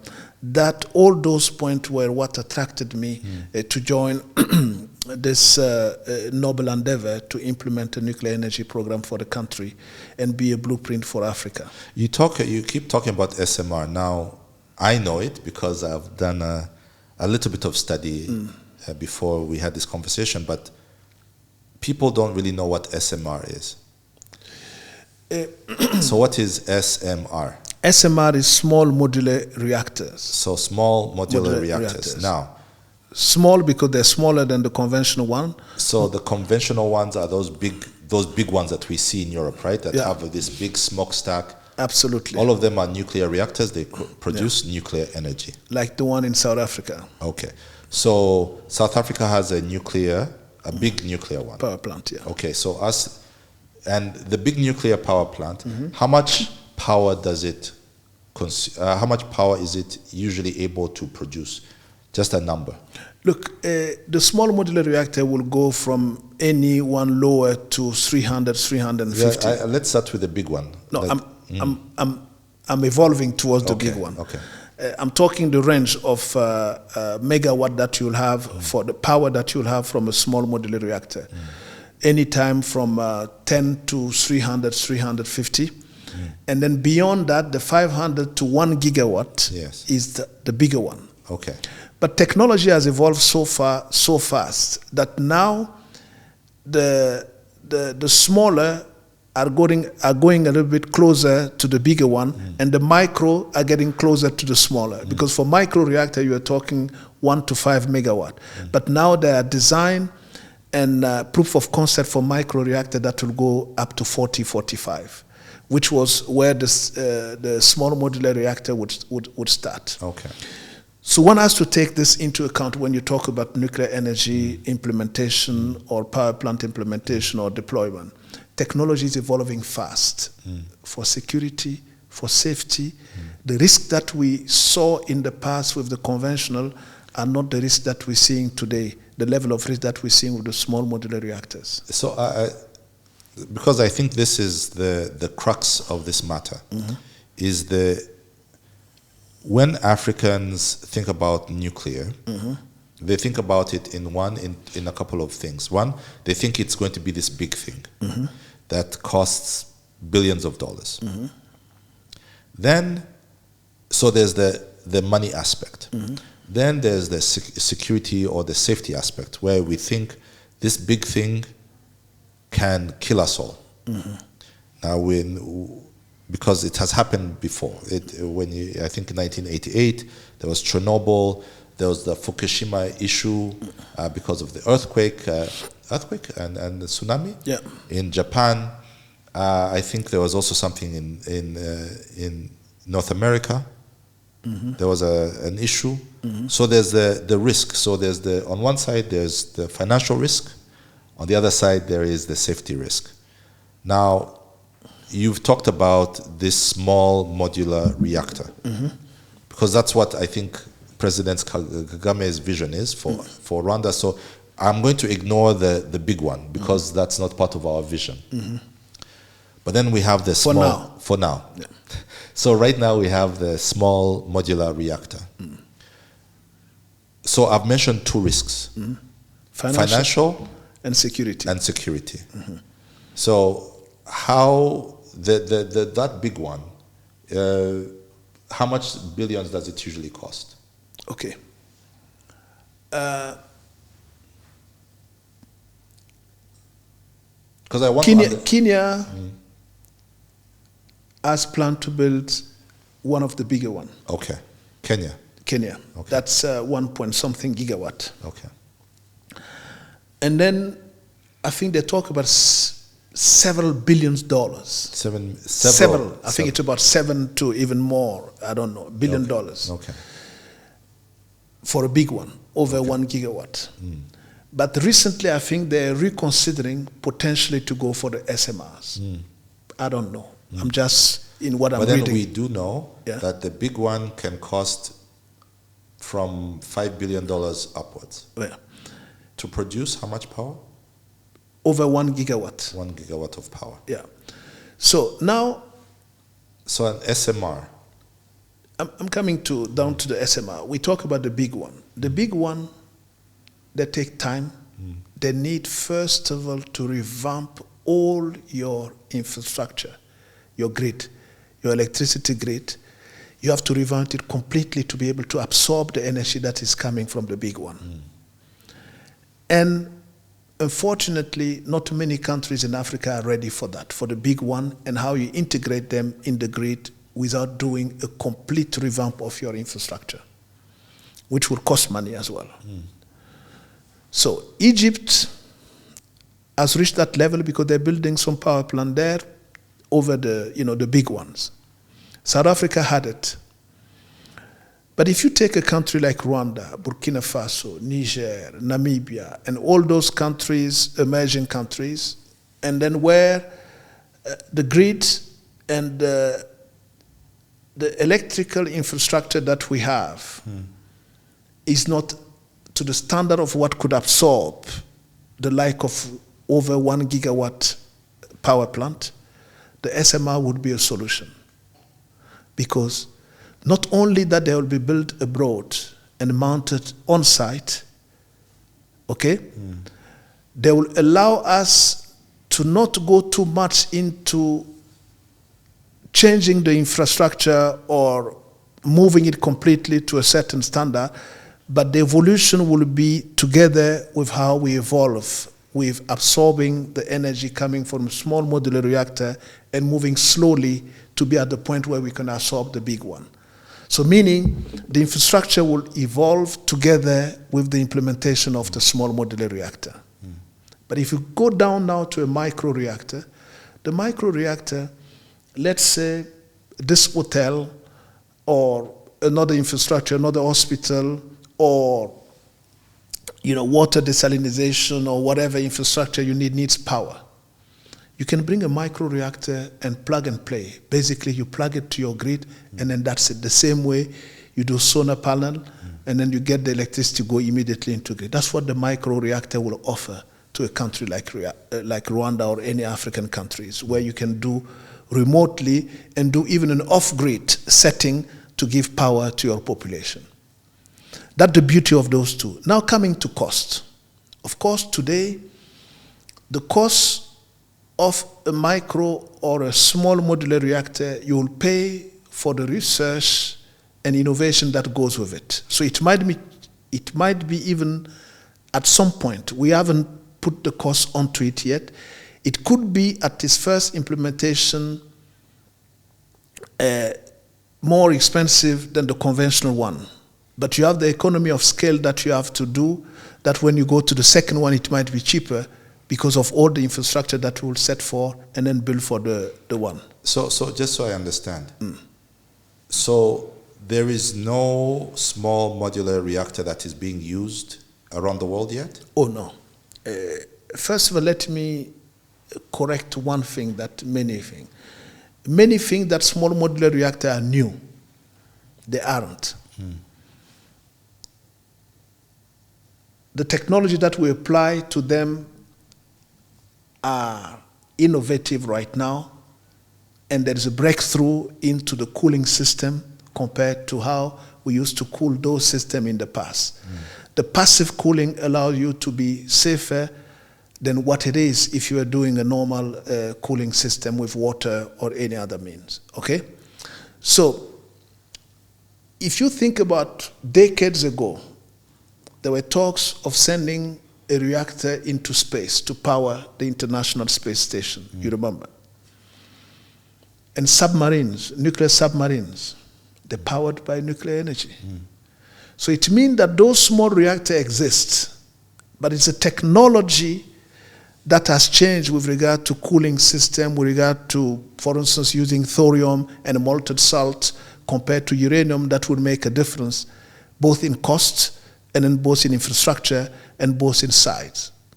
Because the smaller they become now, the safer they are. Because a microreactor will be like a container battery of energy that you plug in a place and then you play it. How big would that... 40-foot container, a microreactor. No, I'm just curious. You talk about the small modular reactor, SMR. Yeah.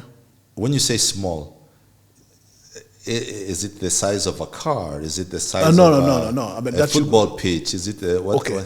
Yeah, you talk about acres. Let's say 8 acres for a small modular reactor. But a microreactor is a 40-foot container. You put a 40-foot container anywhere and then you plug and play. And this microreactor, is that what are we trying to get the micro, or are we trying to get, as Rwanda? We're trying to get both. Both. If the one we get faster, we go for it.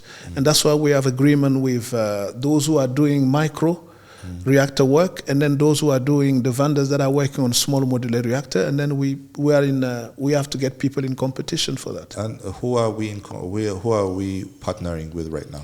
Right now we have an agreement with Rosatom, the Russian. Rosatom, that's the Russia, okay. The Russian, but we're not closing the door for any others, because Rosatom might be here to build a reactor, but the energy demand and need of Rwanda might be so big in the years to come that we might need other vendors to join.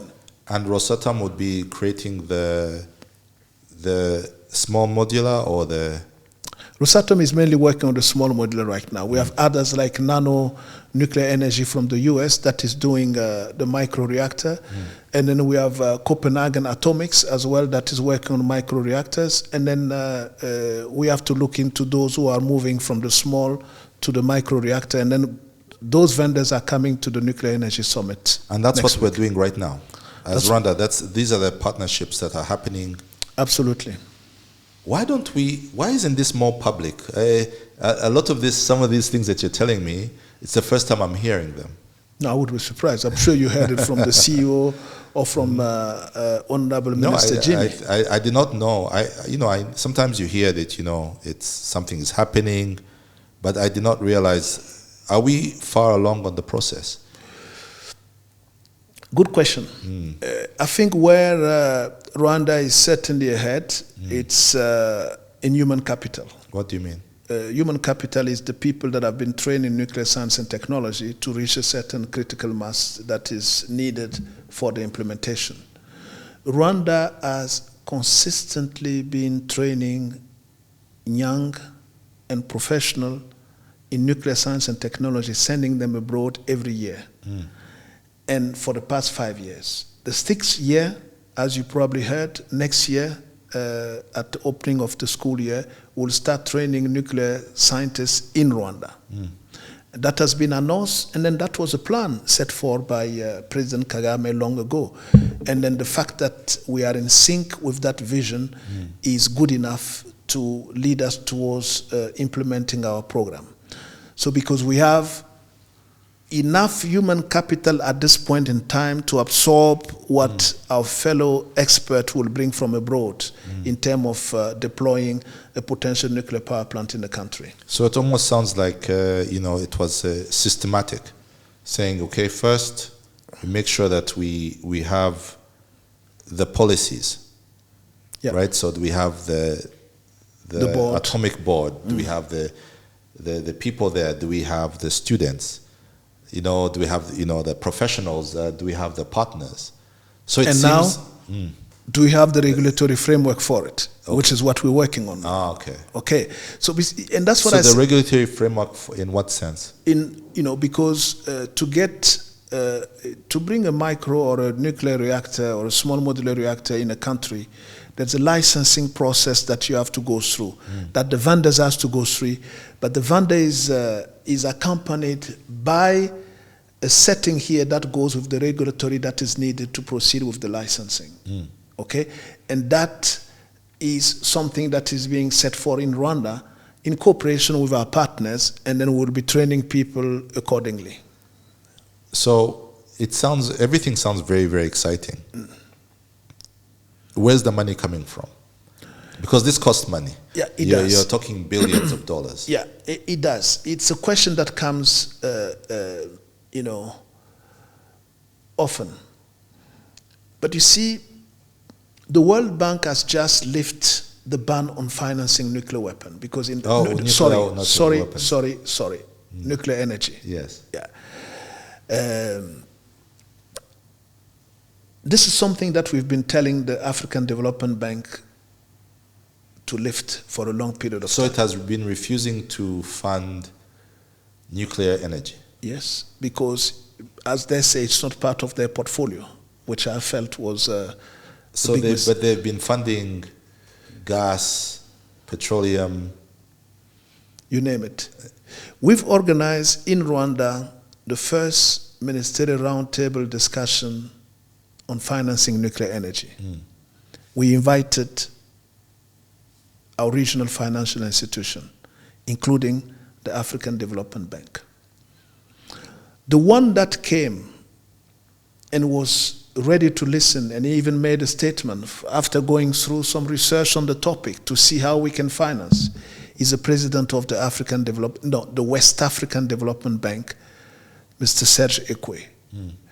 And I think he should be congratulated for having opened his ears and eyes into a topic that was peripheral, as you say, to use your word. He came to Rwanda, he participated in the roundtable discussion, ministerial roundtable, and then he invited us to come to the West African Development Bank Development Days to talk about energy transition and financing energy agriculture. And I was a keynote speaker where we talk about how to finance those huge infrastructure in nuclear energy.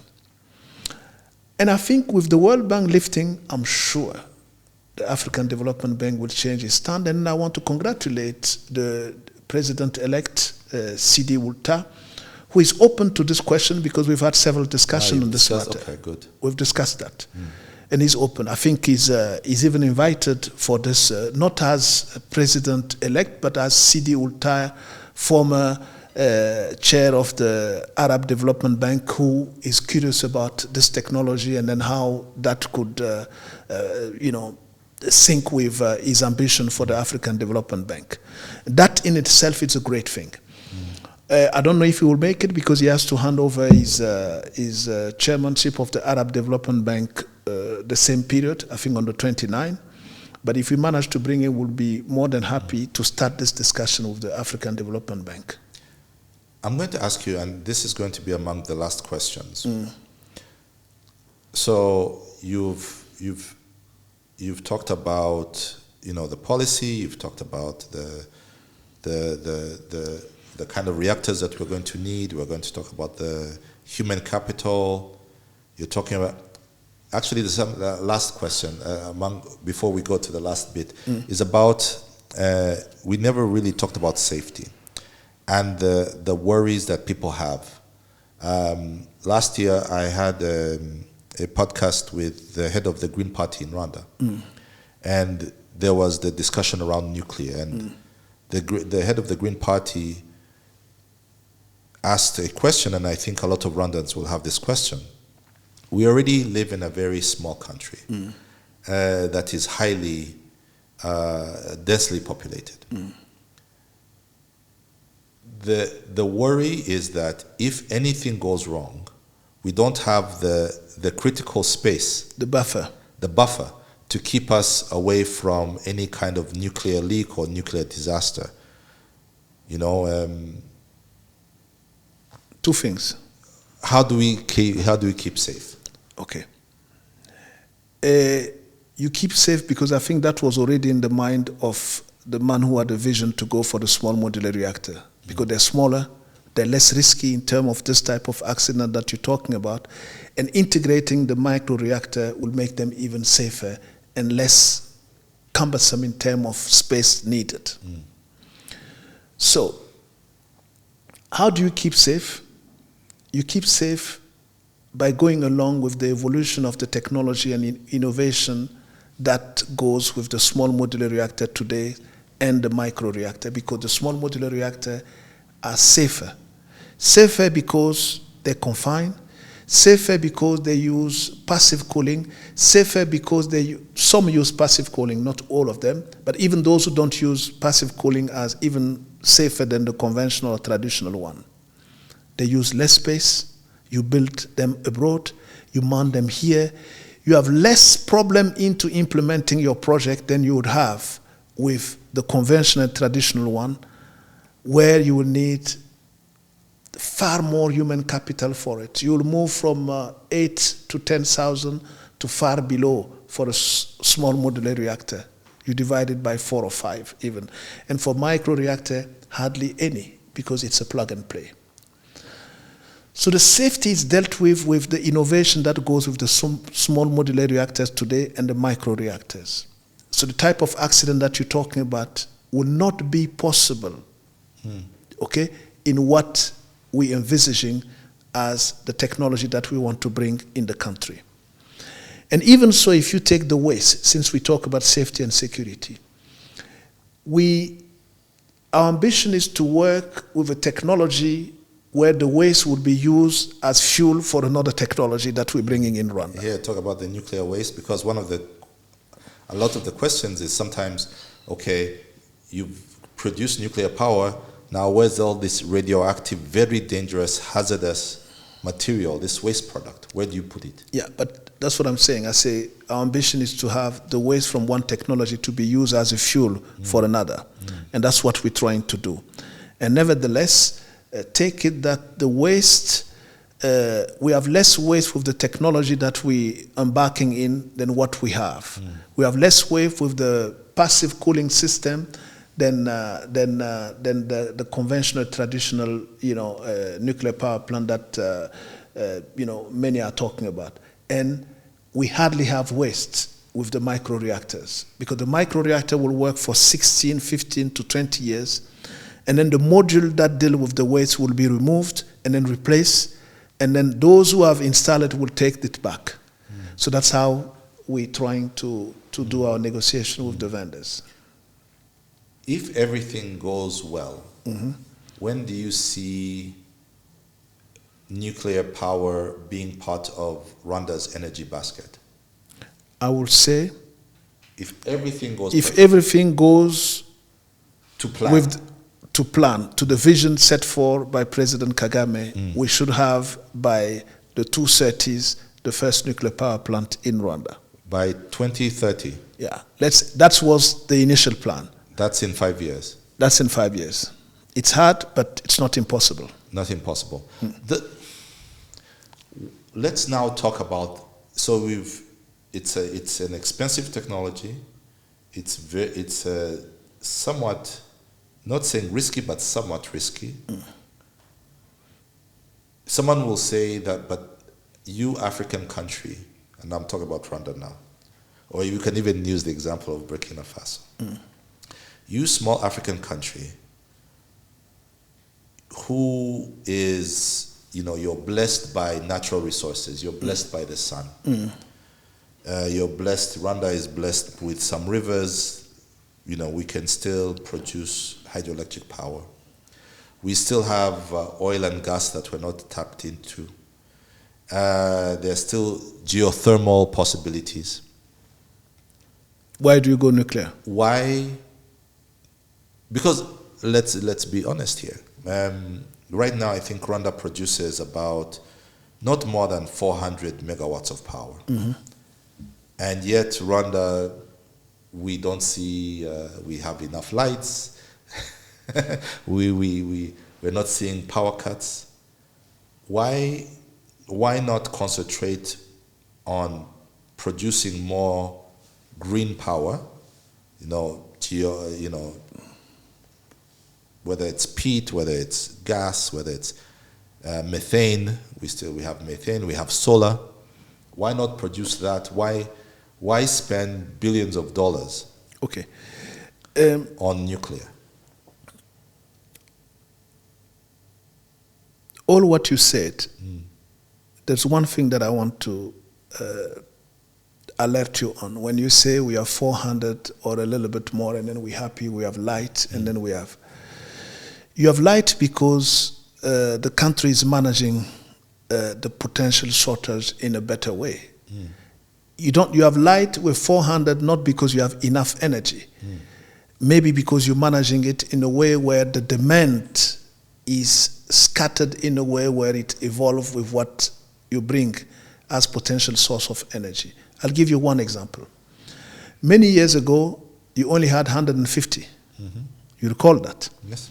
But when you had 150, I don't know if you recall the time where there was an industry that wanted to come to do glasses, a glass factory. You recall that? Yes. There were talk of it in Rwanda. To have our own bottling. Yeah, you recall that? Yeah. But that factory would have absorbed all the energy that you had at the time. It was going to absorb 150 megawatts. Yeah.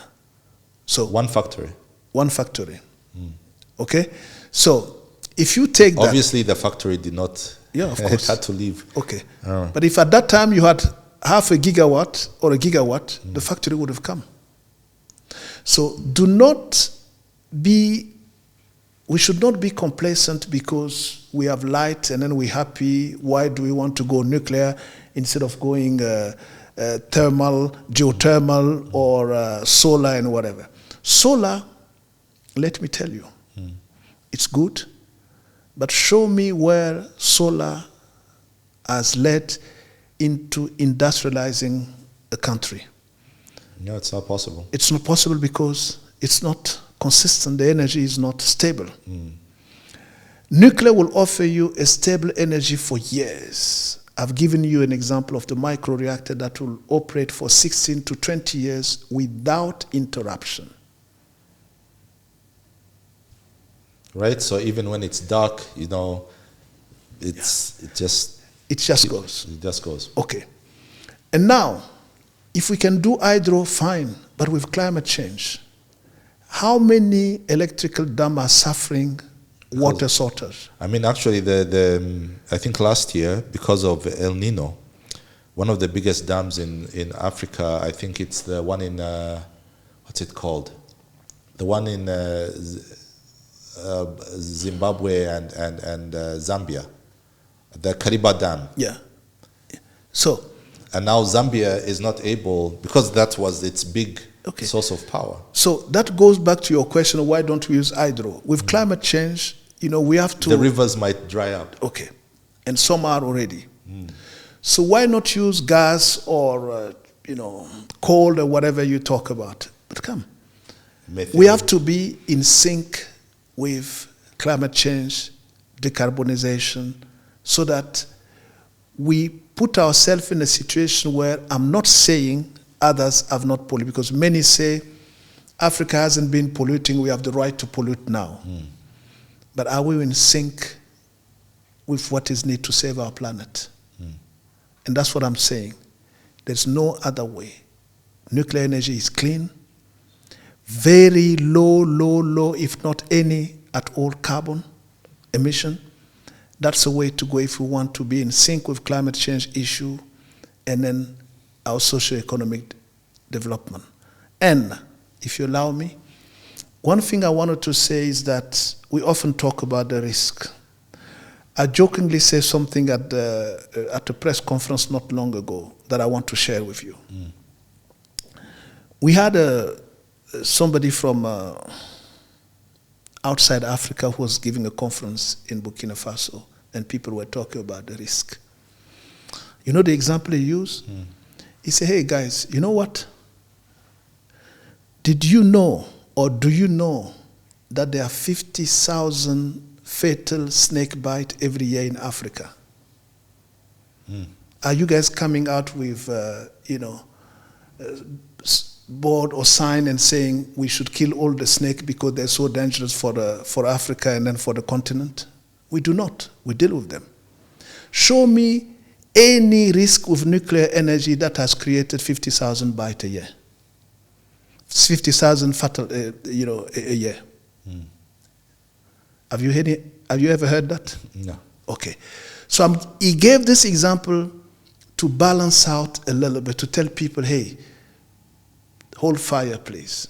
Don't say that nuclear energy is so risky and so dangerous that it will kill everybody, whatever, because we hardly had any accident that has created that many deaths in nuclear energy. So that was just to get people to say, hey, Put things in context. Put things in context a little bit. And that's what I want to do here. Let's put things in context. It's like saying, no, plane is so risky that I don't want to fly. You want to say that? But every day you have accident on the road. It's not because you're on the ground that you don't run the risk of dying. One of the things that, because I think as a Rwandan, we have a very we have a very ambitious development agenda. And when I look at the industries of the future, so the last time I was talking to your colleague, he's the actual, I think, Secretary General. What's his post? You're the CEO. Yes, the CEO of the Atomic Energy, the Rwanda Atomic Energy Board, and he gave me an interesting number, and I think this one will help frame this conversation when we're talking about why does Rwanda need to go nuclear. Not need, actually I want to change it to why Rwanda must go nuclear. He gave me a number, and I think it's good that we share it with those who are watching or listening. So Rwanda today produces about 400 megawatts of power. And he told me something, and I think you'll confirm if it's true. He said that Rwanda today produces this, 400, but if we were to get Rwanda's full potential, and really of what it's able to produce today. So if we were to use all of Rwanda's geothermal, all of Rwanda's peat, all of Rwanda's solar, all of Rwanda's hydroelectric power generation capacity, we would reach, if we did everything perfectly at 100%, we would reach about 900 megawatts of power. 900 megawatts of power. And that is if we've done everything perfectly. Now, if today we're producing 400 and we get to 900, that seems good. But what that is not putting in focus what our development agenda is. Absolutely. I was just about to say this. If you giving a number that if you put everything you'll get 900, to me, it's not the solution. It's where you are. But think about Rwanda in 15 years. And that's why we talk about vision. I don't think President Kagame is thinking about Rwanda today only. He's thinking about Rwanda for the next generation, for his kids and his grandchildren. And that's what we should all do. If you talk about having 900 today, you have it, you're safe, but you're thinking about only now and yourself. But if you want to think about your children and your grandchildren, 10, 15, 20, 50 years ago, you'll probably need 3, 5 gigawatt. Where do you get the power if you don't start now? And that's where the difference is. You have to have a vision for 15, 20 years down the line, where you evolve and then you progress steadily with absorbing energy as you go into its implementation and deployment for bigger and bigger as the need comes. And I think it's also important that you give people, we give those who are listening to us a glimpse of the future. Yeah. Right now, 900 if you did all.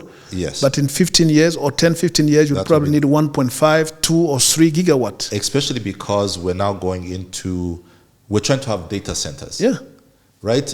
We go into AI, and every time someone types something into ChatGPT, it uses, I think, almost 100 megawatts of power to generate that small answer.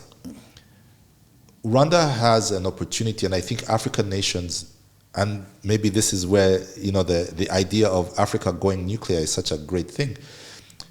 For African nations to become members of the new economy,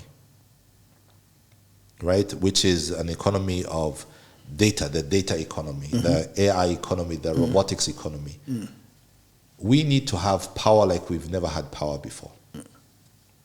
That if Rwanda wants to, unless what we're saying is that we're going to always remain on the periphery of technological advancement. If we want to be, if my child who is 4 years old and I want him to be a part of the economy when he's 20, power has to be found.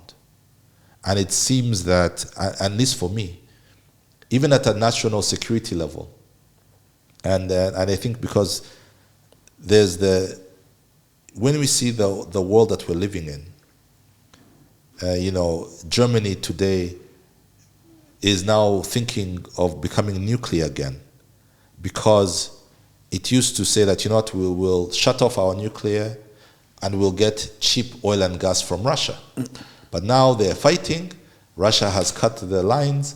Now Germany is thinking, oh my goodness, we need to switch on our nuclear again. And then when you talk about the example of Germany, you don't talk about what you mentioned in the Africa context, because Africa context, you talk about energy poverty.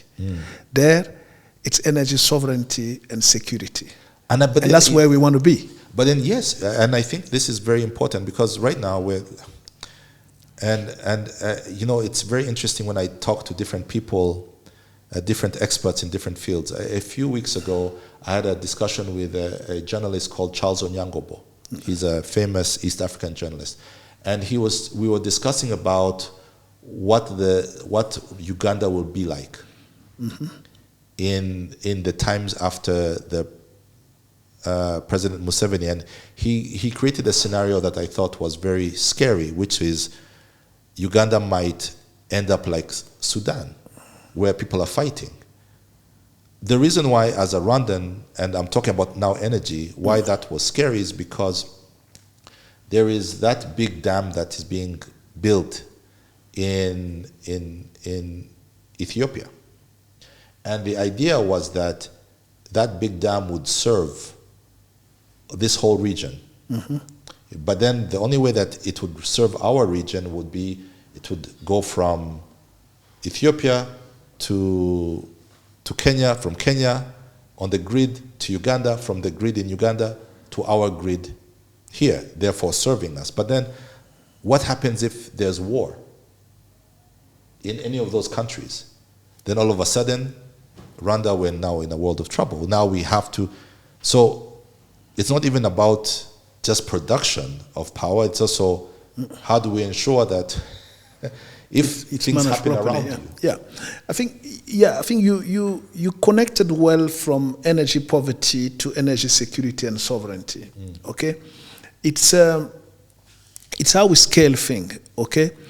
Right now, in our part of the world, we have an urgency of dealing with the energy demand and energy needs that we have. Energy poverty. We're dealing with that. Yes. At a certain level, we have to secure that. Energy. Yeah. And then we have to be independent. That's where we talk about sovereignty. If you take all this into account, you can only project Rwanda in the years to come, 10, 15, 20, and beyond. You talk about the 900 where you could be sufficient and self-sufficient, but you will be only for today. But if you don't project yourself in the future, you might run into trouble. And who knows, demography and industrialization can go faster than what Rwanda is at stake today with its energy demand. You said rightly that you have a stable country. Stability calls investors. Stability calls development. And then security calls development. So if many people in the continent see Rwanda as a hub of peace where they can go and invest and develop, maybe the projection that we have right now for energy for 1.4 or 1.5 gigawatt in 10 years will be completely over. But we'll need 2 or 3. Yes. Doctor, now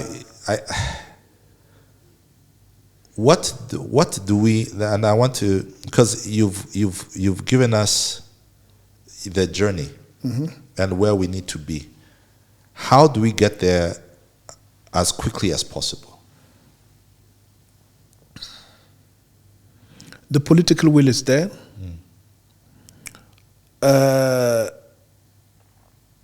The public adherence to what we're doing is a must. And then you said something that we need to work on. You say we don't hear much about what we do. Maybe we should talk more about it for people to know what it is, how important it is for the socio-economic development of the country and that of the continent, If we have that, I think the framework is is a fertile enough ground for us to implement the fastest possible, which is the human capacity, the courage, the discipline, and the political leadership. What might lack a bit, it's a financing mechanism. And that's where we have to be a bit innovative. And then embracing the changes that the World Bank is bringing to spread that across our regional institution, and also look for means and ways to tokenize, our reserves. Like Rwanda could, certify some of the reserve and say, we have this that you can, or that we can, exploit or whatever in 20 years, but we want the value of it now so that we can start work on the infrastructure and the means to get there. That's what I would say. Fantastic. Doctor, thank you so much. We've learned so much. I've learned so much. And I'm hopeful. Are you hopeful that your work here will bear fruit within that time frame? I think so. I think the future is Africa and African. The future is green. The future is digital. And then the future is youth, because we have the people and the projected mindset that we need to tackle all what's happening in the world today. No, I'm really excited. I'm excited to see. You talked about that glass factory that came to Rwanda that could have provided hundreds of jobs, and then just because of where we were, it was just not able. I'm excited to see a Rwanda where that is no longer the excuse. It's not an issue. Yeah. Where energy is something that we take for granted, where prices also fall, because that's also one of the challenges of our energy prices are still high, where everyone cooks on electricity, right? We don't have to pay for gas because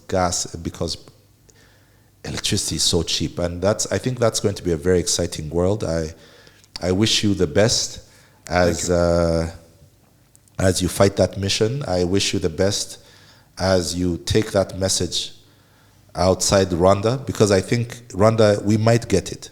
I'm really hopeful that when you go across Africa, this is something that politicians are really grasping, the need for Africans to be brave, because I think it needs also a level of courage. That's what I said. And self-respect, and say, you know what is good for them is also good for us. Absolutely. I really wish nothing but the best for you and your team. Thank you. And also for the good people of Burkina Faso. Hopefully one of these days you'll invite me. I've never traveled to Sahel. You should. And I met a bright young gentleman who was named after Sankara, and then I told him he should come to visit the country of Sankara, because Burkina Faso, I don't know if you know, means land of dignity. Yes, of upright men. Exactly. That's going to be, I think that might be one of the places that I go. Although my French is not the greatest, but I think I'll manage. Maybe you'll show me around. Avec plaisir. Merci beaucoup. Merci. Thank you. Thank you so much for coming on the long form. Thank you for having me. I hope you've enjoyed your experience. I did indeed. And thank you. Thanks to you and your team for setting this all up, and then looking forward to seeing you next time. Merci beaucoup. Merci. And that's a wrap for this week's episode. Thank you so much for sticking with us until the very end. I'd actually love to hear your thoughts on today's conversation. So drop a comment below and join the discussion. You can also join us on the social media of your choice. And if you've enjoyed this episode, be sure to share it with a friend and invite them to the conversation. I'll see you next time. Until then, take care. Thank you, Kigali Marriott Hotel, for providing a venue for the long-form podcast to record. At the heart of Kigali's hospitality, Kigali Marriott offers everything from luxury stays to premier event spaces, fine dining, and top-tier conference facilities. Keep up with them at Kigali Marriott on socials and visit their website, www.marriott.com.